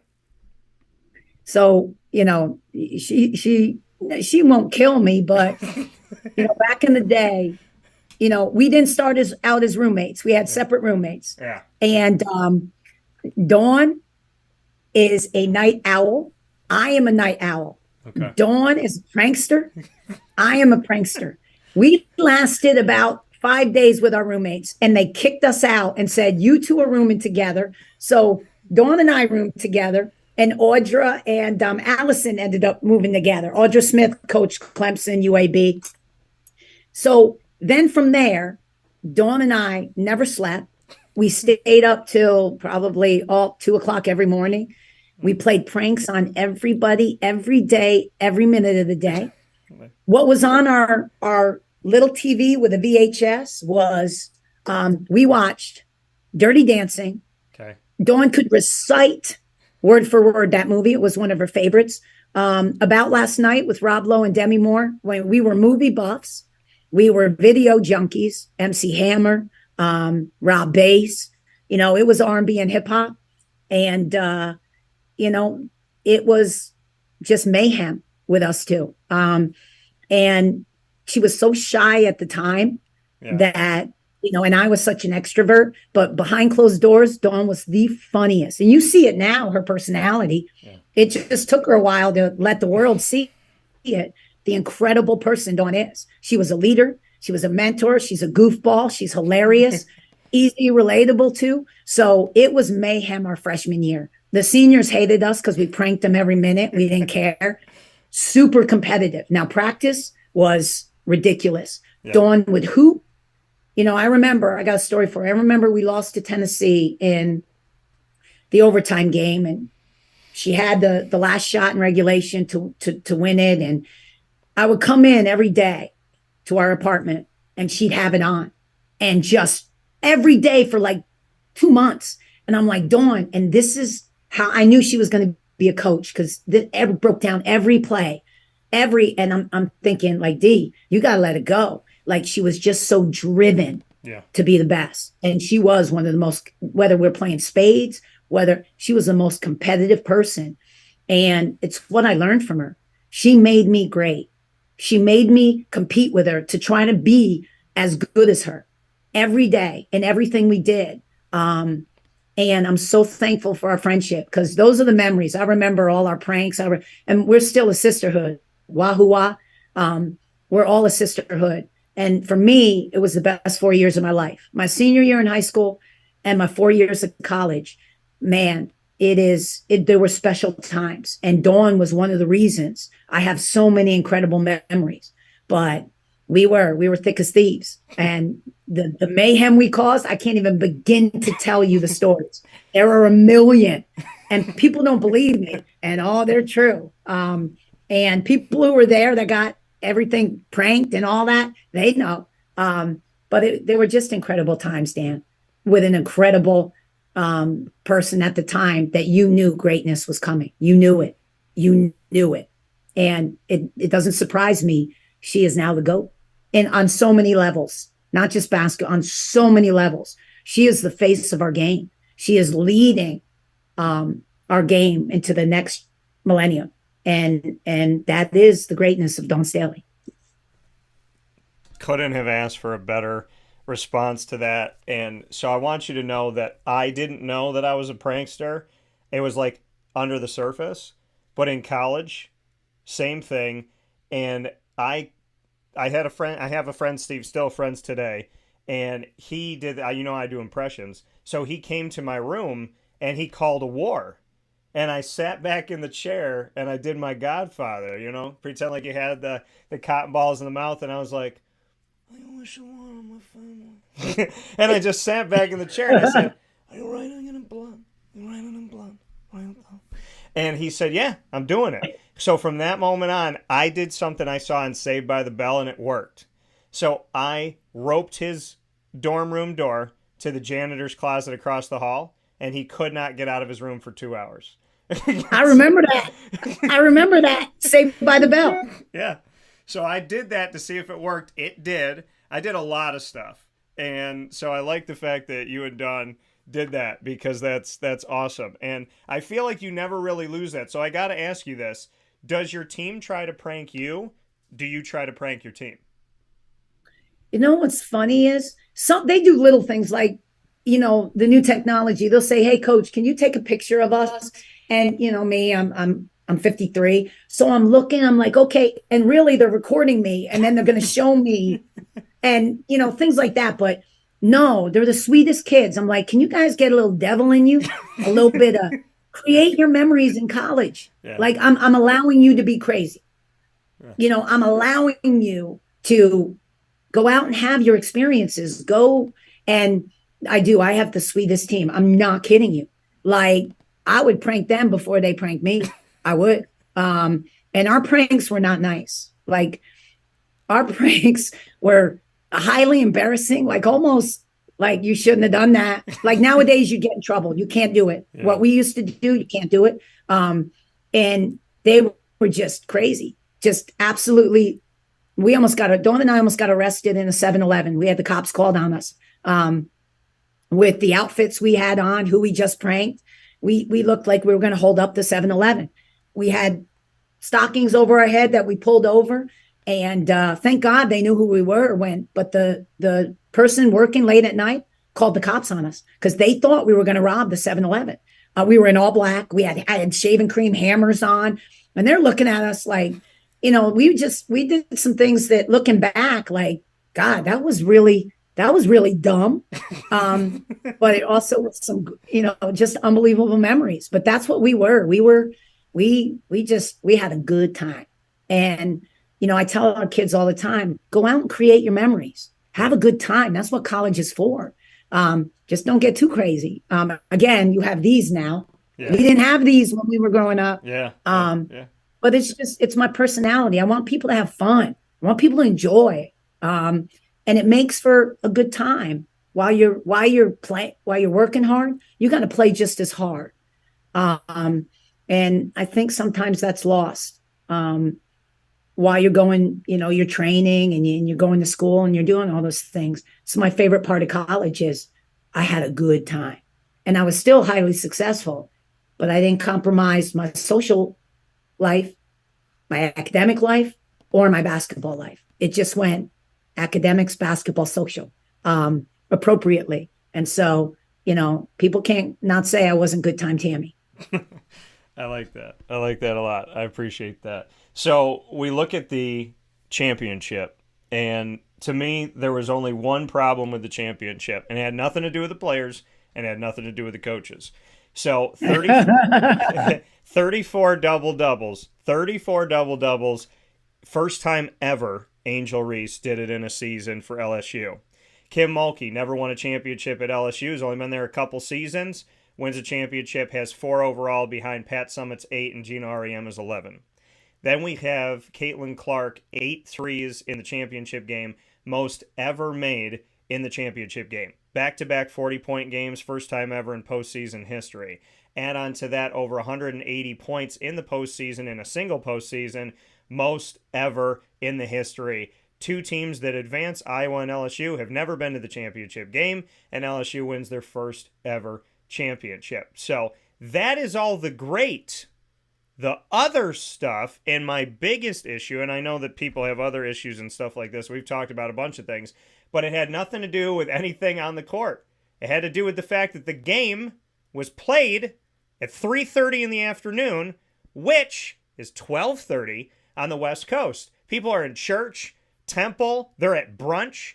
So when they make that complaint that the men's game has to be at 9:20, why? Because you got to get everybody home on the West Coast. Well, then why would you put a championship game on Sunday at 3:30 in the afternoon, 2:30 for the people in Dallas that were at the stadium, and 12:30 for the West Coast? On top of all of that, why did ESPN do it? Because they had one of the first 3 games of the Major League Baseball season, or for a team, played. There's 162 games, but the Rangers had to be on that night, which makes no sense. A championship versus that. So what I said to make it right is that during the World Series in November, they need to put a women's basketball game that's 3 games into the season on at 8 o'clock and put the World Series game on at 3 o'clock in the afternoon. Your thoughts? Yeah. Dan, you're exactly right. This is what you fight for growth of our game. And that time slot now, we had 9.9 million views, the highest. What could it have been if it was at, say, 7 p.m.? Yeah. Or, not 9, but 7? Yeah. Even 5:30. But a time slot, what could it have been? We'll never know. But this is what we fight, again, for women's basketball. And that's why it's so apropos that the television deal is up and we had the highest viewership. And now we can find a package that will put us on prime time, that will value the market share now. Oh no, people will watch. Yeah. Like, it's incredible the numbers that this Final Four generated. So now the dollars, that $35 million deal we had, oh no, it's going to be big. And so, you're exactly right. There was so much to celebrate, and we're still fighting to get, our game to that level. So I agree with you. There were so many unbelievable things, and our viewership was up and all that, but you still see inequalities of women's sports and men's sports. And that's what we've always been fighting. And we're going to continue the fight. Now, is it getting better? Of course it is. But there's a definitely a want out there. You see by the numbers, and, nothing supports women's basketball. There's got to be a need. There's got to be a demand, and there's a demand. So now will we see the times change, a better television package for women's basketball, all those things? I do believe we will. It's growth. We're not there yet, but we're going to be. So the mere fact that you notice things like that, yes, that's where our game has been. All we can do is fight to make it better. People like, all the guys on ESPN last night for the men's game, they led with women's basketball. How many times does that happen? It was excellent. They talked about our stage, our game, before the men's game. Yeah. National television. Those things need to happen. And slowly but surely we're making gains. And again, I like to be positive. I like to say, like many others in our game, how can we grow this? We see the inequality. Let's fight for this. And thank God we have people that support that. And I agree with you. There were so many great things. That Final Four was absolutely incredible.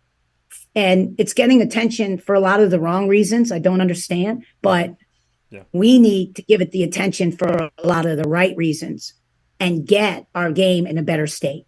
So thank you for noticing that. And yes, I agree wholeheartedly with you. Yeah, because I went home. So I found the best queso in Syracuse, by the way. And so it's a Salt City Kitchen and Catering, and they were closed on Sunday. And I texted the owners and I said, I need this queso for the women's and the men's championship. And one of the owners wrote back to me and he was like, I'm going to be in at 2:00. And I was like, for real? He's like, yeah, come in. So I got the queso, got my butt home, sat in front of that TV, loved it, had my dog Lily right there with me, loved the game, having a great time. And then I looked outside and I was like, it's still light outside. This is ridiculous. So, to me, and again, me growing up as a kid, you growing up, they didn't show, and this might be strange to people that are like, I don't know, 10 years old, 15 years old right now. They didn't show the women's tournament until the championship. You didn't see any games. You didn't know how many teams played. You didn't know who was playing who. You couldn't find it on the internet. Some newspapers didn't even put the bracket in there. So you literally knew UConn because UConn was the one that made it to the end, but that was it. So, and Dan, go ahead. You're not even as old as me, sweetie. The only team you knew, two teams existed in the championship were, back in the day, USC. Yeah. It was Cheryl Miller versus Kim Mulkey at Louisiana Tech. They showed the championship game, and those were my role models. That's it. I didn't know anybody else. And then came like a Texas, but like you said, they only showed the championship game.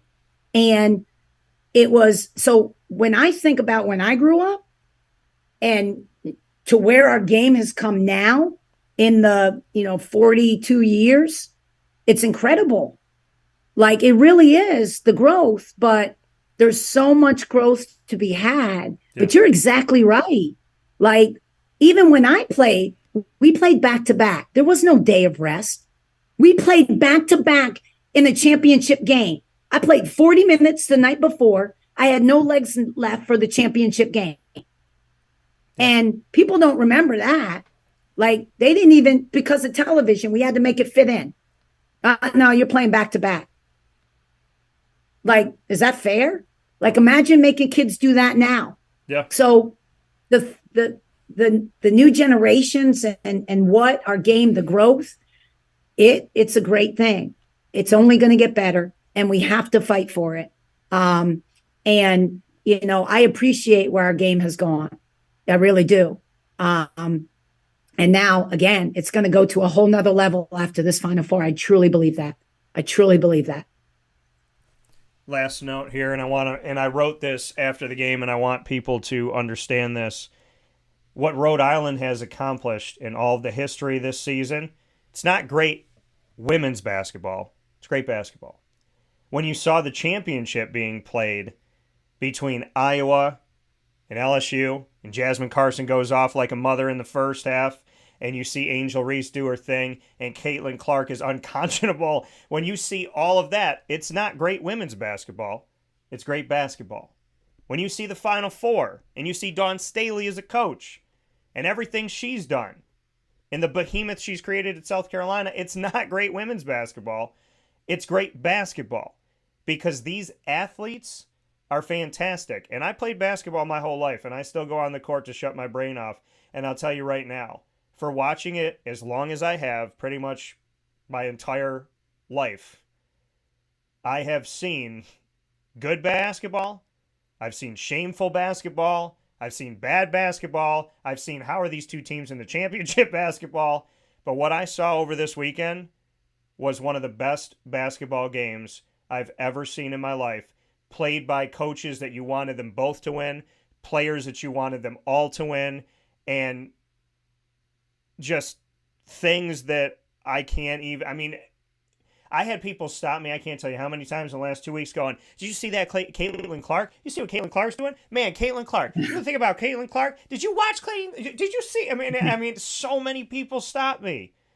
It's so funny, Dan, because I watch her all the year. I'm a big fan. I watch so much basketball. It's ridiculous, men and women. Yeah. And that's a normal day for, like, people think that, she's in the zone. No, that's not the zone, sweetie. That's what she does day in and day out. Yeah. And you haven't been following her. Well, shame on you, because she can do what Steph Curry does. So to get props and he knows how hard it is to shoot from a logo and shoot 40% from a logo.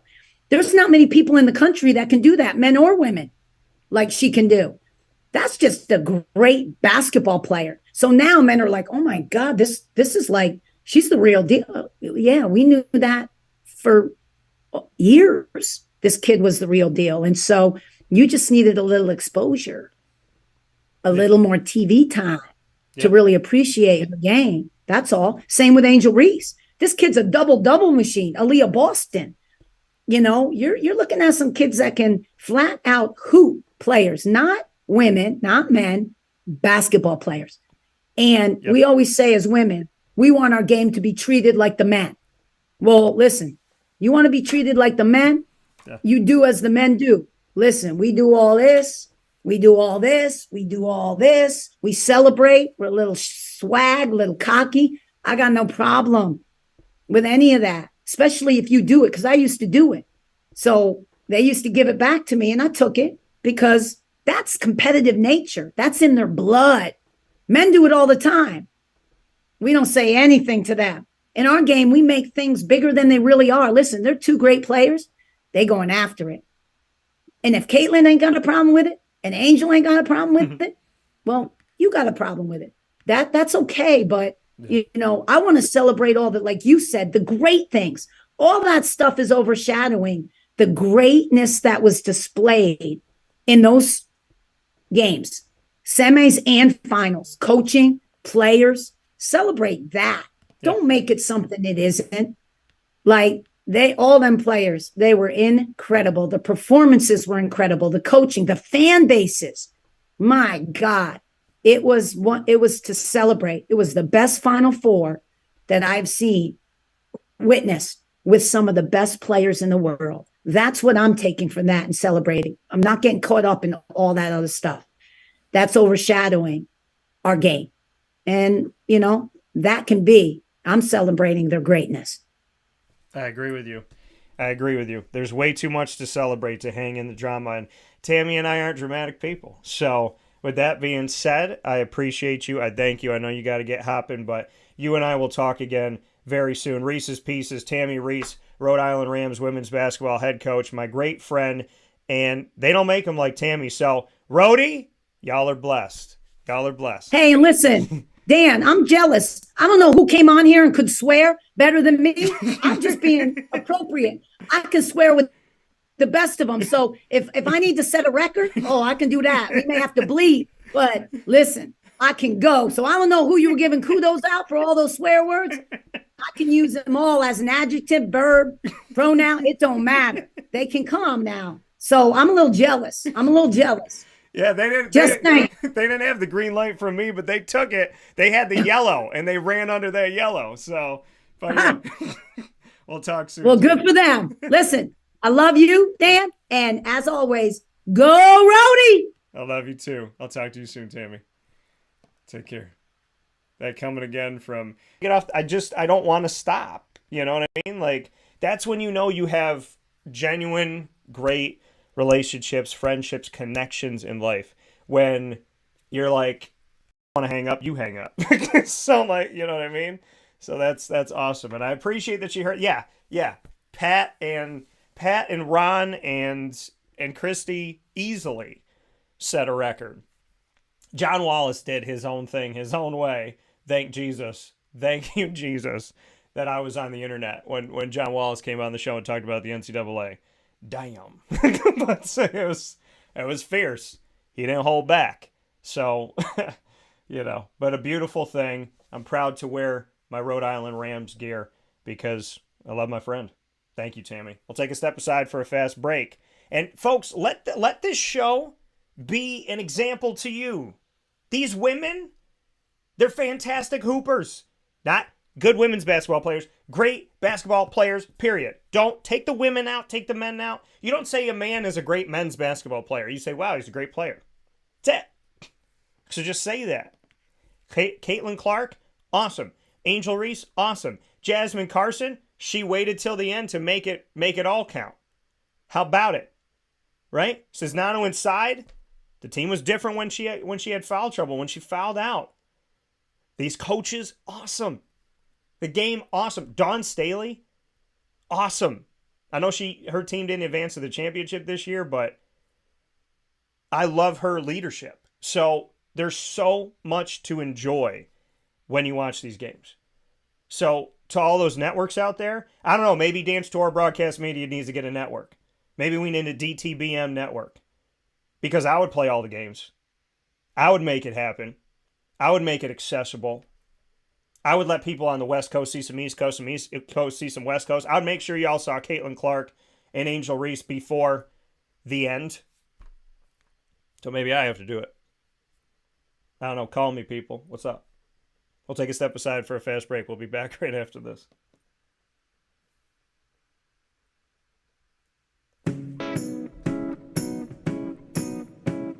In these unique times, there are those in our community that give us a sense of normalcy and positivity. Pizza Man on 50 Oswego Street in Baldwinsville has been here for you for over 35 years and is here now. Call 315-638-1234 or order online at pizzamanbville.com to bring those familiar tastes into your home. And remember to come see our monthly on-site broadcasts centered around the community and our Baldwinsville beats. Pizza Man in Baldwinsville. Any way you slice it, they are always here for you.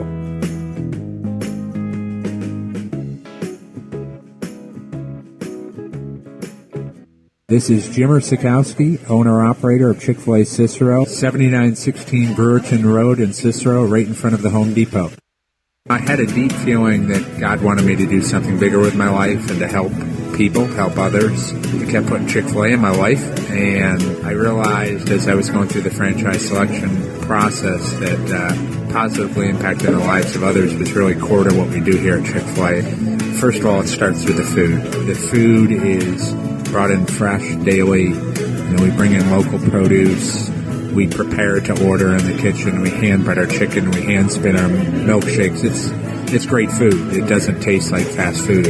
I think the second thing is the way people feel when they come in a Chick-fil-A restaurant. It's different. We try to treat people with intentional kindness here. which is very different and deeper than good customer service. And so I think it feels remarkable for most people to come in a Chick-fil-A restaurant. And then lastly, the impact that we try to have in the community is very different. It's a big part of the expectation of every operator of a Chick-fil-A restaurant is that they're actively engaged in their community, they're a leader in the community, and they're making a difference. When they realize that what we're striving to do is to shine a little light in their life, that's a very, very different experience than you will have in any other quick service restaurant. And it's that remarkable experience that I think people will emotionally connect with. I'm George Townsend of Honda City with some good advice when buying a new car. The true cost of owning a new car is determined by the appraised value when you trade it. No vehicle appraises higher than a Honda. Next, look for low APRs and deep discounts. You also want low maintenance costs and great fuel economy. That's why my advice to you is to buy a new Honda. Looking pre-owned, visit our Honda Certified Used Car Center. Honda City, 7140 Henry Clay Boulevard, Liverpool, or HondaCity-CNY.com. It would be a pity if you don't shop at Honda City. Our corporate purpose at Chick-fil-A is to glorify God by being faithful stewards of all that's entrusted to us and to positively influence all those who come in contact with Chick-fil-A. And what became increasingly clear from our success in Cicero is that people love Chick-fil-A. And also I think we recognized that, we had a great opportunity to grow the brand and grow our platform. I felt incredibly grateful when I was selected to be a Chick-fil-A operator. I think what it's meant for me, what I've come to realize on a very deep level is that this is a calling for me. It's not a career. It's not a job. The Lord called me to be a Chick-fil-A operator and to use these restaurants to glorify Him and to positively influence other people. I'm blessed. I'm very blessed. Head to Chick-fil-A Clay on 3974 State Route 31 in Liverpool, New York.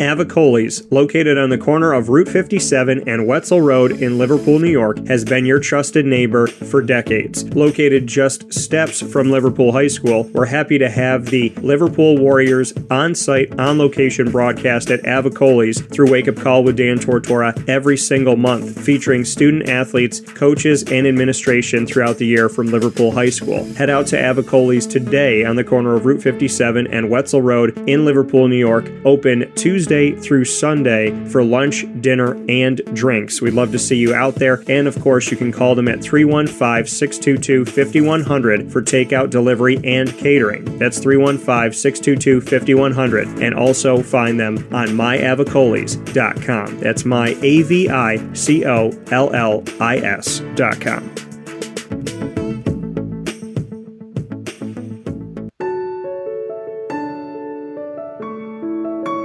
Having peace of mind when you're out of town that your furry-loving friend is safe and sound means taking them to Canine Campground, because we all know that when it comes to the love of our pets, it goes well beyond the call of duty to make sure they're safe and sound. Right, Lily? So take a ride to 242 Johnson Street in East Syracuse, New York, and see Canine Campground and where your dog will be staying, in the classic cabin, the executive cabin, the grand cabin, or of course the luxury cabin, because if you know Lily, you know she loves luxury. Now you don't have to wait to the last minute to find a family member or a friend that'll take your dog for a few days. Call Canine Campground at 315-299-4013. That's 315-299-4013. Their drop-off and pickup times are Monday through Sunday. Check K9campground.com for more information. That's the letter K, the number 9, and campground spelled with a K.com. K9campground.com. When you're going out of town, bring your dog to Canine Campground.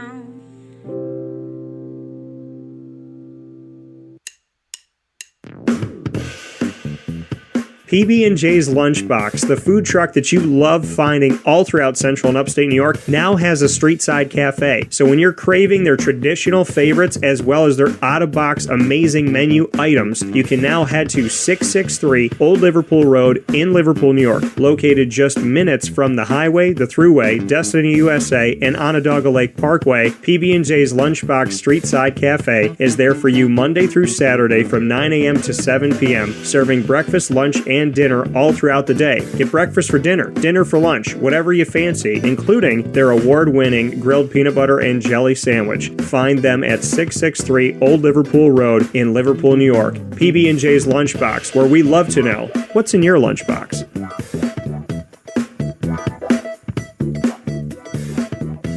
This is a special message from 317 at Montgomery restaurant owner Joel Carpenter. Open Tuesday through Saturday for your dining pleasure on 317 Montgomery Street in Syracuse, New York. We wanted to be a part of the resurgence of Syracuse. We saw a lot of money being put into bringing people back downtown and thought that, we'd like to be a part of that.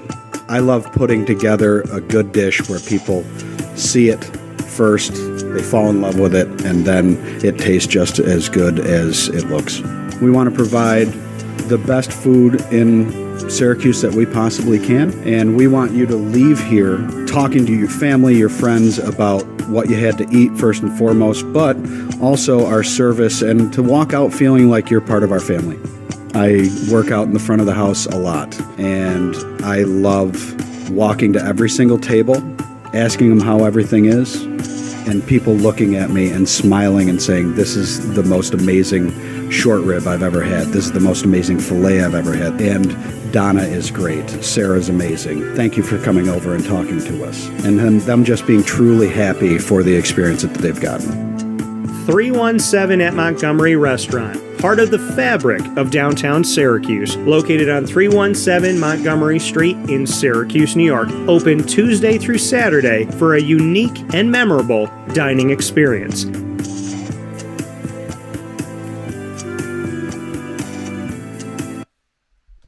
What's up, people? Welcome back here to Wake Up Call with Dan Tortora inside of the Cafe Kubal Studios, hanging out with you where sports meets that thing called life. We're going a little bit over today, but that's because we've had great conversations with great people inside of MonPawsPopcorn.com's What's Poppin'.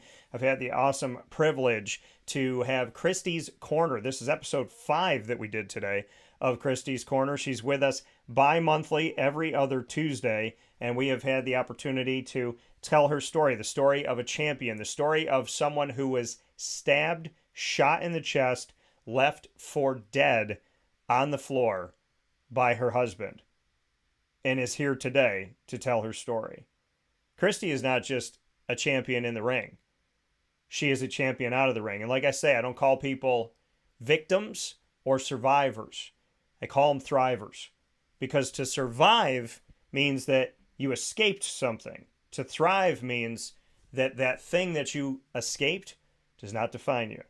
And Christy is not defined by what Jim Martin did to her. Jim accidentally unlocked another piece of Christy Martin that showed her that she's even stronger than she thought, has even more faith than she thought, more courage than she thought. Jim Martin screwed up and made Christy an even stronger person by accident. But I don't believe that there's accidents in life. I believe the person that Christy is today and everything that she's been through can hopefully save a life today. So there's purpose and there's a reason. You never let yourself be defined by the people that victimized you. You let yourself be defined by the person you have chosen to be, regardless of what people have said and done to you. So, Christy, I love you. You know I do. Ron Borges, what a treasure to have him on the show today. Fantastic conversation. Wonderful conversation. Beautiful conversation from a sports writer that joined Christy in writing her book. And you can go and get her book. You can go to Christy Martin Promotions, reach out to her and get her book there. Or you can go to Amazon.com and look up Christy Martin or Fight for Survival, and you'll find her book, so make sure you do that. To Pat Orr, the exclusive partner of Christy's Corner, coming to you from PB&J's Lunchbox. I was there yesterday. I got dinner there. It was fantastic. I got the tenderloin dip. So you got like the tenderloin sliders. Brought them home. Had some, I love their fries. Had them, sat in front of the TV, got some work done. And PB&J's fed me well. So they always do. 663 Old Liverpool Road in Liverpool, New York. Head out there today. And every Monday through Saturday. They are closed on Sundays, so make sure you get out there. Monday through Saturday, 663 Old Liverpool Road in Liverpool, New York. And Tammi Reiss, who you just heard before the break. What can I say about Tammi? She's becoming a closer friend by the minute. I love her. I appreciate her. I love her so much. I really do. You know, she's family. You know, she's become such a close friend and such a good friend, and she's just a good person. And I wear this proudly. Almost 20 years of being a broadcaster, I've never done that before. Where I have like the shirt on still, and then I rip it, and then here we are. So I want to make history because she's the type of person you want to do special things for. So shout out to the wonderful, beautiful, fantastic soul that is Tammi Reiss. And now we have the ingredients to success. So let's hop on into it, folks. And it's fitting because we're going to be at Avicolli's tonight. So the great thing about doing the ingredients to success, proudly presented by Avicolli's, is you're going to see us in a few hours at Avicolli's. And I get to do another broadcast, a specialty broadcast, which I'm really excited about because I get to do it with people that I've had for a while. I get to celebrate a team that I've celebrated for many years now, and that's the Liverpool Warriors girls lacrosse team. They're going to be joining me tonight on site, on location with their head coach, Aaron Anderson, and the team to usher in this beautiful 2023 season, get you set, get you excited. We ask that the whole team comes out. We want to see all the student athletes. We're going to have some student athletes speaking. As always, Coach will pick a few student athletes to sit down and speak with me in the live broadcast, but the entire team is always invited, and so are the parents and the guardians and the brothers and the sisters and the friends. Everyone's invited to come out to this thing. We always this is what we do it for. It's a community event. That's why we do it out in public, because we want you to be there. We want you to come and support. We want you to love up the team and see them face to face and wish them luck face to face. So, you know, come out tonight, 6 o'clock, to Avicolli's. Come see us. 7839 Oswego Road in Liverpool, New York. Come out there. Come see the team. Come support the team. Like I said, we're going to be out there on site, on location at Avicolli, 7839 Oswego Road in Liverpool, right down the road from Liverpool High School at the corner of Route 57 and Wetzel Road. You'll find us there tonight, April 4th, 6 o'clock on the pizza side, doing our show. So come out and see me, see head coach Aaron Anderson, and see these incredible student athletes and cheer them on for a 2023 season to remember, which I'm really looking forward to with these wonderful girls and with Coach and with Liverpool in general. So we look forward to having you out there tonight at Avicolli's. And right now with Avicolli's, bringing you the ingredients to success, our positive topic, positive vibes topic. Everything that we do on the show, we seek to have the positive side, right? Even when we got to have those tough conversations, we're always looking to find the silver lining. Just like Tammi said. She said, I don't focus on the negative. She doesn't focus on the drama. She focuses on, okay, this is a problem. How do we fix it? As opposed to, this is a problem, and let's just talk about the problem. Let's talk about the solution. You know, and there's a lot of people in life that talk about the problem, and there's not a lot of people in life that talk about the solution. Some people just want to complain about what's wrong with society because they want to watch the society burn. Other people talk about what's wrong in society, and then they say, okay, that's the problem. What are we going to do about it? Because people that want to make the world a better place are going to work to make the world a better place. People that just want to see the world burn, they're not going to make the world a better place. They're just going to talk about how everything's horrible all the time. So that's not what we do here. We have the tough conversations, but we find the positive moving forward. So today's topic for the ingredients to success, forgive your past. That's today's topic. Forgive your past. Forgive what has happened to you. Proudly brought to you by Avicolli's on the corner of Route 57 and Wetzel Road in Liverpool, New York. Forgive your past. It's not an easy thing to do, right?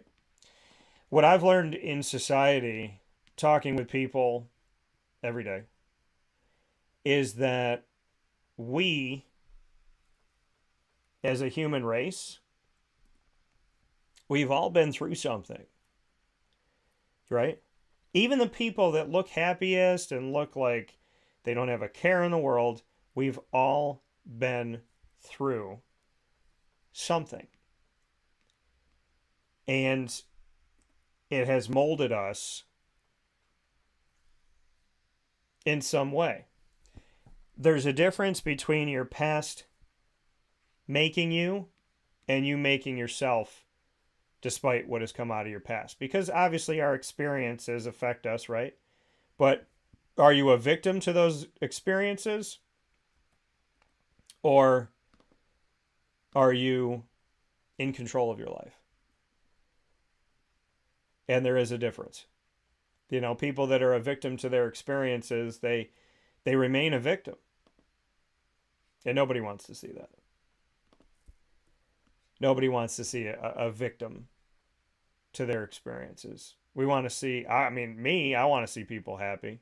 I want to see people growing. I want to see people blossoming. I want to see people evolving. I want to see people having a good time. Because that means a lot to me. So I come to you today and I ask you to forgive your past, and you say, Dan, what are the ingredients for that? Well, first and foremost, you have to admit that you've had a past. You have to admit what's happened to you.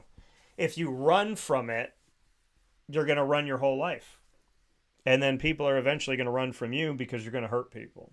And I think that people that don't heal from their past, they become the villain in the present, right? They had a villain in the past, but they become the villain in the present because what was done to them, they start to do it to other people.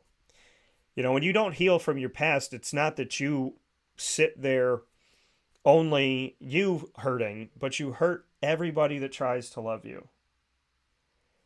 And forgiving your past, like I said, the first ingredient is admitting that you have one, right? It's being cognizant of it. The second thing that I would say, once you realize, okay, this stuff has happened to me, is how does it make you feel? When you think about X, do you cry? Do you throw things in the house? Do you scream? Do you treat other people poorly? How do you react when you think about X? What about when you think about Y? What about when you think about Z? So you have to go back to your past and you have to be willing to look at it. And I watched a movie this week. I talked to Ross about it yesterday called Reign Over Me. And if you haven't watched it, I suggest that you do. It's the only movie I've ever seen about a 9/11 widow. And so I'm sad that it happened, but I'm so happy that somebody told the story of how, you know, how do you move on? How do you live when somebody takes your whole life from you? In this case, this man's wife, all of his children, and the family dog. So he went from being a part of a big family to being by himself physically. And so the story was about how do you deal with your past, right? Some people don't. That's how they deal with it. They run. And when you run, you're not healing. When you run, you're not getting better. When you run, you're not learning anything. You're not evolving. You're not growing. You're not experiencing. You're just on autopilot.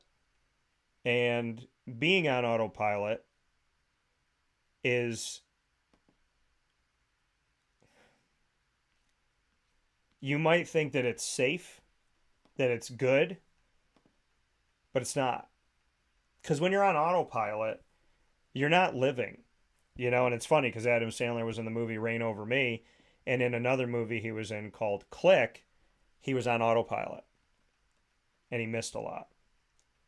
So, you know, I would tell you that once you know and you admit, okay, I've had a past, I've been through a lot. Once you admit that, your next step is to say, okay, where am I going from here? Right? Where am I going from here? I know that I've had a past, or, well, I'm sorry. I know that I have a past, and it's how does it make me feel? And now it's, okay, where are we going? Where do we go from here? And when you're looking at where you go from this moment forward, you really have to start, once you know how you feel about the things that have affected you and how they've affected you, you have to say, okay, well, what is going to be my mode of healing? Do I have friends and family that I can lean on? Do I have people I could talk to? Would I rather talk to a professional? Would I like to sit down with somebody and tell my story that doesn't know me, so they don't have any preconceived notions of anything, which I think is healthy? How do I tell my story now? Right? How do I tell my story now? I think that's an important question to ask yourself. Right? Who do I tell my story to? Who do I trust? And how am I going to tell my story? Because your story, no matter how tragic or sad you think it is, it's your story. And that's beautiful. That's beautiful. Even in pain and tragedy, your story has beauty because it's you. So I would say, admit that you have a past in this topic, forgiving your past. Think about your past, as hard as it is, and see how it makes you feel. Seek help. And then find the beauty in it, right? You have to realize that even if you were a victim, you don't have to stay one. Right? You might have been in an abusive relationship. You might have been lied to. You might have been cheated on. You might have lost that job. You may not have that friend that you thought you had. You may not have the life that you think right now you deserve. But my question that I ask you is, who do you want to be today? Because you can't control the things that are gone. You can't. You can't control the jobs that never happened and the relationships that didn't pan out. But where are you going to go now?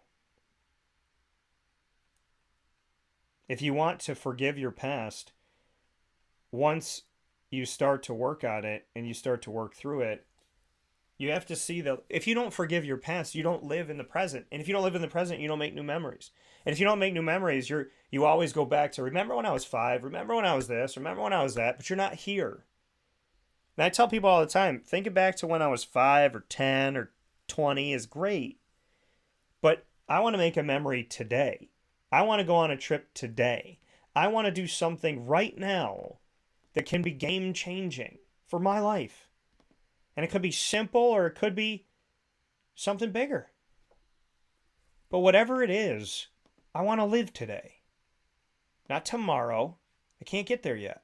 And not yesterday. It's done. I already lived yesterday. But I want to live today. I want to be me today. So when you forgive your past, when you face those feelings, it's going to be hard. It's going to be hard. Someday they're going to hit you like a ton of bricks. Other days it's not going to affect you. But you have to face your feelings, or else they will show up in your relationships. They'll show up in your dreams. They'll show up in everything. You have to face what had happened to you. You cannot go to the next chapter of your book if the last chapter's not finished getting written yet. Can't do that. And see, a lot of people will say to me, Dan, I just need an answer. I need an answer as to why this person hurt me. I need to know why they did it. They need to call me up and tell me what I did wrong. They need to tell me why they did what they did. And I tell people this all the time. They're not going to. They're not going to. We need to stop seeking closure in other people. You have to seek closure in yourself. You're not going to get closure from other people. You're not. And would you even like the answer? Okay, so if somebody cheated on you, I just want to know why they cheated on me. What if they turn around and say, well, you're not hot enough. You're not sexy enough. Or, I I wanted somebody that was younger, or I wanted this, or hurtful thing. What is somebody going to say to you? What's a good answer for cheating? What's a good answer for lying? What's a good answer for domestic abuse or violence? There is no good answer. So these people are, I just want to know. I just want to know why. I want to know why. And people ask me this. Women ask me this. Women that I don't end up dating, or it's a very short time that we date. They say to me, "Don't you want to know why that girl broke up with you? Don't you want to know why she left you? So that you could be better next time." You could do everything right in a relationship and get left. I was married before. I didn't cheat. I didn't lie. I didn't try to cheat.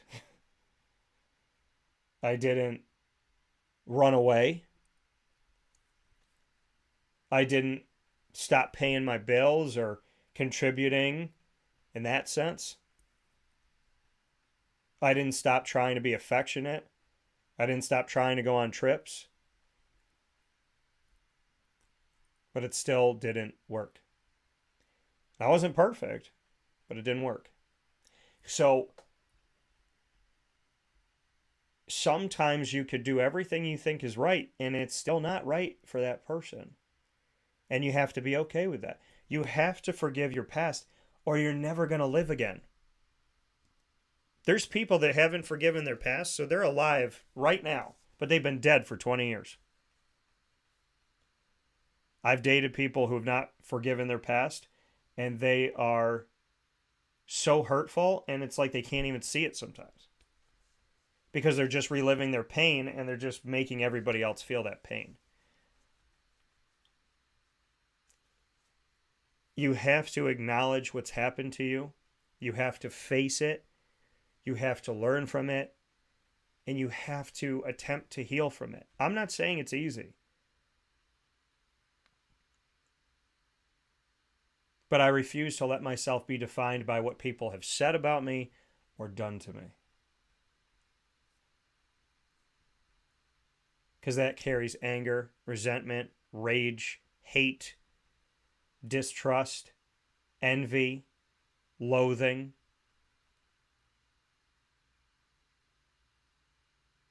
Self-disrespect. To some people, self-mutilation. When people go through pain and they live in that pain every day, it's not good, it's not pretty, and it's never going to be. I'm not saying it's easy. And I'm not saying that you're not going to feel sometimes like you're the only friend you got. I had this conversation last night. I said, if I didn't have God, I would have had nobody. Because there were times where I was hurting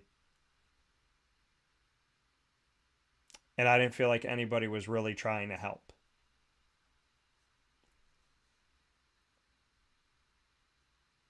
So people say, well, how does God exist, Dan? And I tell people all the time, you can believe whatever you want. I choose to believe in God. If you don't, that's your choice.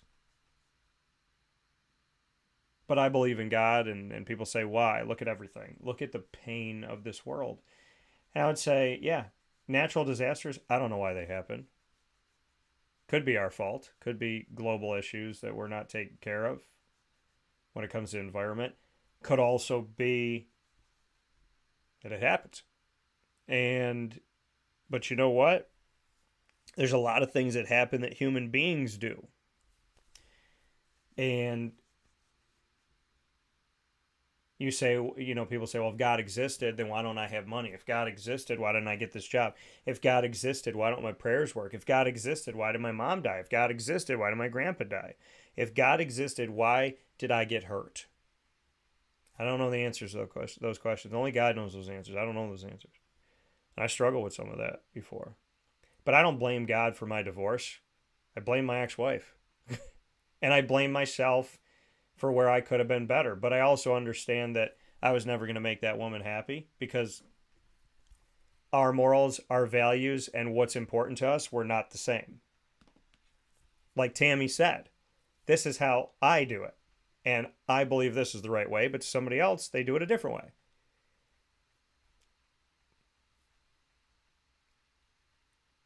I don't fault God for me being single and not having kids yet. It's not his fault. And if I had taken any other road, would I be doing my company? Would I be living here? Would I have Lily? I don't know. So as much as I wanted to be a dad and a husband, more than anything else in the world, I had to forgive my past because look at where I am today. If I didn't have my past, would Wake Up Call be this? Would it be Wake Up Call? I get to wake up every single day and have fun.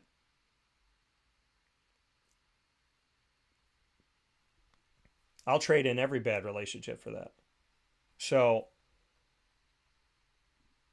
you got to forgive your past. You have to face it, look at it in the mirror a little bit at a time, and eventually chip away. Because it may take a long time to be okay, but a long time is better than eternity. A long time is less than forever. So if you can find it in yourself to chip away a little bit a day at the pain that you've faced, I promise you, things will get better. How do you know that, Dan? You haven't been through what I've been through. No, but I've been through what I've been through. And I chipped away. And when I first started chipping away, I thought it was impossible. I thought it was way too hard, suffocating. And then it wasn't. I'm not telling you that dealing with life is easy.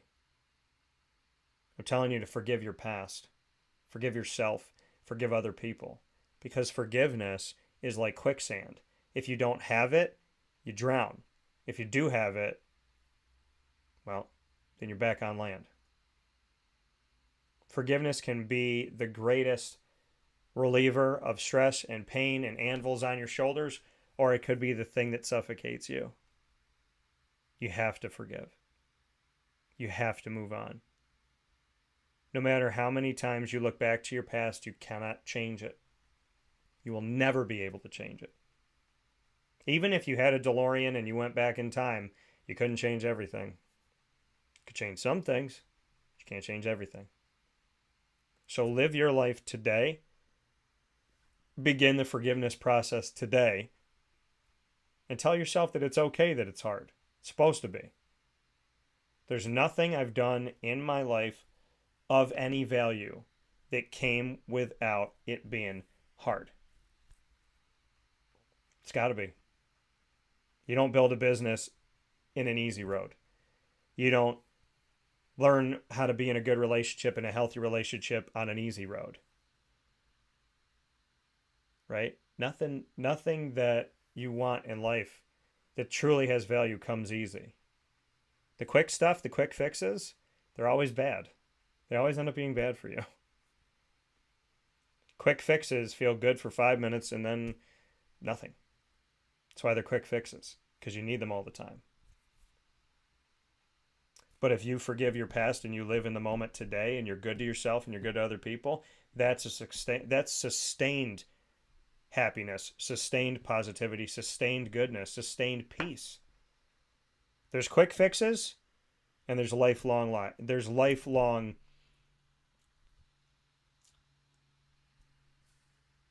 journeys and aspirations and focus.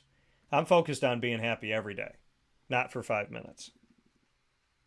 And I can promise you that the people that tell you that they're happy that use those 5-minute things, they're not.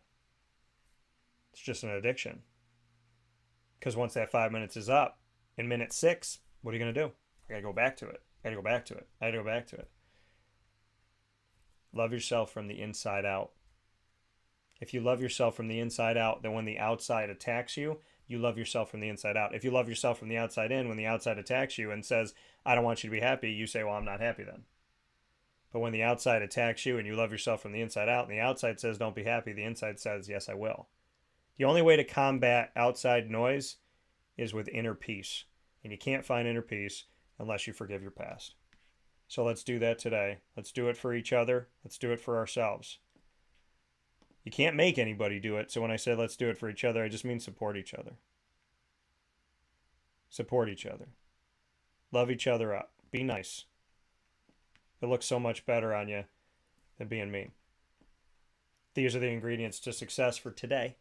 Proudly presented by Avicolli's on the corner of Route 57 and Wetzel Road in Liverpool, New York on 7839 Oswego Road. Make sure you make your way out there today. Let them know that Wake Up Call sent you and show them some love. Appreciate you so much, Avicolli's. We'll be out there tonight. So come see us for dinner. We'll be on the pizza side and come have some awesome food and see a fantastic team. Can't wait to see you out there at Avicolli's tonight with the Liverpool Warriors girls lacrosse team. Head coach Aaron Anderson and the crew will be out there tonight with the families on the pizza side. 6 p.m. Come have dinner, watch a fantastic show, support local business, support local school, support local student athletes, local coaches, and support the future of Central and Upstate New York. You could do it all by having a slice of pizza and watching a show tonight. 7839 Oswego Road, 6 p.m. tonight, April 4th. We'll see you out there, and we'll take our final step aside and wrap up the show right after this.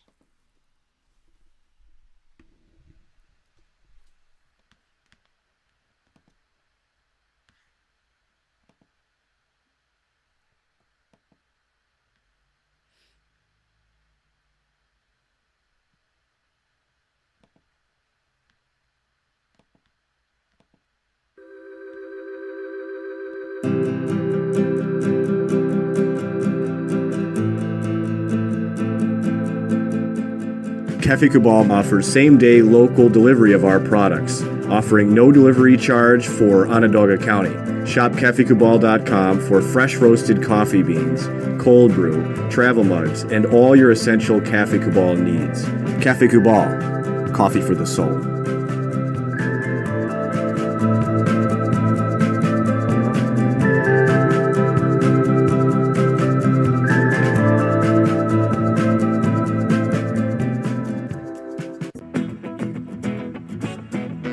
This is Amy from Mother's Cupboard, home of the whole frittata. We are open daily 6 a.m. to 1:30 p.m. For takeout orders, call 315-432-0942 and tune in to Wake Up Call with Dan Tortora for our monthly food challenge and try our Wake Up Call signature menu item available 7 days a week. Here at Mother's Cupboard, we are Central New York, and it's our honor to serve you. Ma and Pa's Kettle Corn and Popcorn Factory remind us that every day is worth celebrating. Find them at 201 Old 7th North Street in Liverpool, New York. Open Monday through Saturday in-store and all the time online at maandpaspopcorn.com. Serving our Central New York community and beyond. You can order all throughout the country at maandpaspopcorn.com. And remember to get your tins, which have in-store half-price refills forever.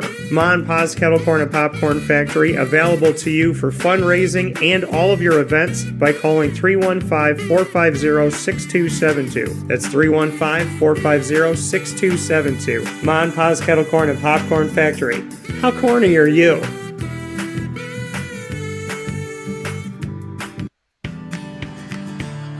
Witty Wicks Candles and Gift Shop, Township 5 Camillus, where you will find handcrafted all-natural soy wax candles over 60 cents to freshen up your home.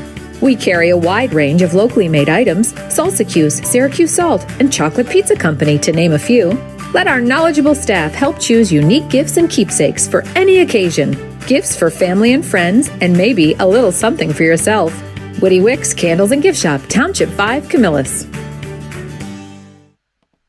This is a special message from Merritt Brady, owner-operator of Chick-fil-A Watertown on 1290 Arsenal Street in Watertown, New York. Chick-fil-A for me has always been about the people. I think it starts with the strength and leadership of the Cathy family. It's just amazing to see a family-run business reach the altitude that they have. Second mile service is something that we embodied at my previous business, and the ability to make people feel like they're the only person at your establishment, that you are there to serve them that day and looking for those extra ways to make them happy, to anticipate what they need next is what makes me tick. And I'm going to have so many opportunities at Chick-fil-A to do that. It's one of my favorite things to eat in the world.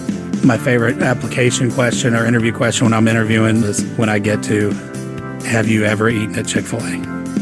And a smile hits both their ears. You know, they can't even answer the question for a second. And when I see that, it's like, man, that's going to be a great hire. They already get it. They already feel it. They already know that we're different. The Chick-fil-A experience, it's a real thing. And then, of course, just our generosity and community involvement and making a positive impact in the lives of our team members, our guests, and the community in general, I think is really the secret sauce.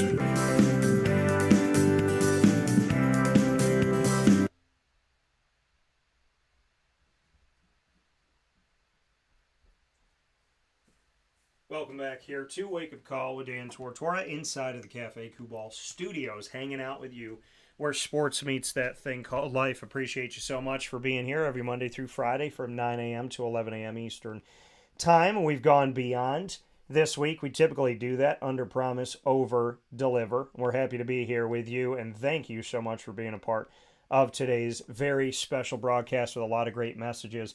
Monday through Friday, 9 a.m. to 11 a.m. Eastern time, youtube.com, facebook.com, both /wakeupcalldt, facebook.com /live-now-dt, and on wakeupcalldt.podbean.com. Once the shows go live, they jump into the archives, and this show will be split up and put into the archives. You'll be able to hear our Christy's Corner. You'll be able to hear my conversation with Tammi Reiss and the ingredients to success. Amazon Music, Audible, iHeartRadio, iTunes, and Apple Podcasts, MixLR, Player FM, Podbean, Podvine, Spotify, Stitcher, TuneIn, YouTube. All you have to do is search Wake Up Call with Dan Tortora, or one word, Wake Up Call DT. And a big thanks to our incredible partners, Cafe Kubal, Carvel DeWitt, the Wildcat Sports Pub, Woody Wicks, Avicolli's, PB&J's Lunchbox, Mon Pa's Kettle Corn and Popcorn Factory, Canine Camp Dog Daycare, Chick-fil-A Cicero, and Chick-fil-A Clay, as well as Mother's Cupboard, where you could get the Cuse McMother. Just got a message this morning from Zach Warner. Appreciate it so very much. Zach just posted on Facebook a message here and tagged me. He said, "So, just had my first Cuse McMother. Y'all need to go to Mother's Cupboard and try this because, oh man." Big props to Dan Tortora for coming up with this. Thank you, brother. Appreciate you, Zach, and appreciate Mother's Cupboard and the entire team out there doing their thing on 3709 James Street in Syracuse. Go and try the exclusive Cuse McMother. My spin on the breakfast sandwich today: bacon, egg, and cheese inside of French toast. Cinnamon sugar on the top. You can cut it up with syrup, eat it like that, or you can pick it up and eat it like a sandwich. It is there for you 7 days a week, on the menu all the time, 6 a.m. to 1:30 p.m. And when you walk in, look out for our promotional board. You can see a picture of it, my picture, and how to watch and listen to the show. Big shout out to an awesome partner that I love connecting with in the community, Mother's Cupboard. Thank you, Pete. Thank you, Amy. Thank you, everybody over at Mother's Cupboard. You guys are awesome. 317 at Montgomery Street. The name of the restaurant is the name of the location. 317 at Montgomery Street in downtown Syracuse. We do Downtown with Dan every single month, and I'm really excited about what we got coming up. And our Downtown with Dan episodes are available on all of our outlets, and I'll share them with you again because we got some really cool ones and they're timeless. So make sure you go out and check them out. Canine Campground Dog Boarding, Pizza Man, Great Lakes Honda City, Chick-fil-A Watertown, and of course we are the exclusive multimedia marketing partner of your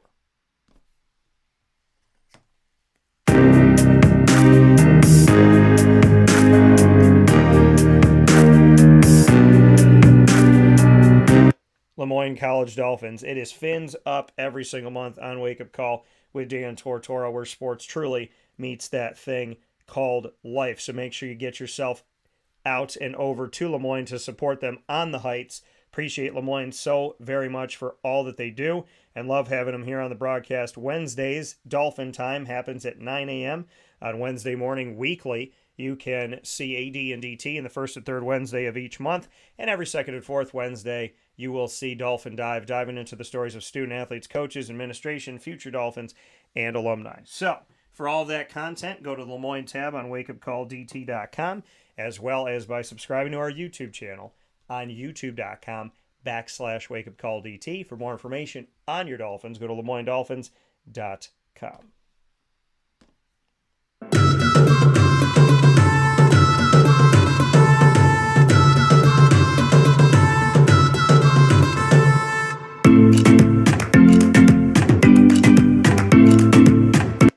Wake Up Call with Dan Tortora is the exclusive multimedia marketing partner of your Bryan and Stratton College Bobcats of Syracuse. The Bobcats come to you every single month on Wake Up Call as well. We always appreciate having the Bobcats here on the show. We can't thank them enough for being a part of Wake Up Call with Dan Tortora, where sports truly meets that thing called life. So make sure you come out and see the Bobcats today. We appreciate the Bobcats so very much. And I can't thank the Bobcats enough for being a part of the show. So make sure that you come out and see Bobcats at all of their games that they have going on. Their basketball season just wrapped up. Soccer season will be swinging around soon. Baseball season is in full swing, fully intended. So make sure you come out and see the Bryan and Stratton College Bobcats of Syracuse. You can get their schedule by going to syracuse.bscbobcats.com. So with that being said,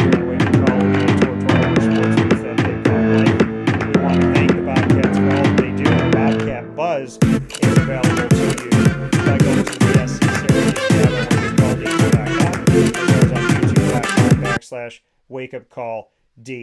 youtube.com/wakeupcalldt. So make sure you join us there, follow, and search Bobcat Buzz on YouTube. And with all that being said, I cannot thank the Bobcats enough for all that they do, and I look forward to you supporting them. And for more information, like I said before, go to syracuse.bscbobcats.com. With all that being said here on the show, find us on Facebook at Wake Up Call DT, Twitter at Call DT, Instagram at Wake Up Call _DT. Thank you to Christy Salters Martin, the champ. Thank you to Ron Borges, awesome and incredible guest. Thank you for all you've done with Christy and writing this book, Fight for Survival, and for being a sports writer for so many years. God bless you for that. Big shout out to Pat Orr, PB&J's Lunchbox. Head over there today for lunch and let them know that Wake Up Call sent you. Tammi Reiss, it doesn't get better than her. Rhode Island Rams women's basketball head coach, and the ingredients to success, proudly presented by Avicolli's. We will see you there tonight, 7839 Oswego Road, right down the road from Liverpool High School. We will be tonight, April 4th, 6 p.m.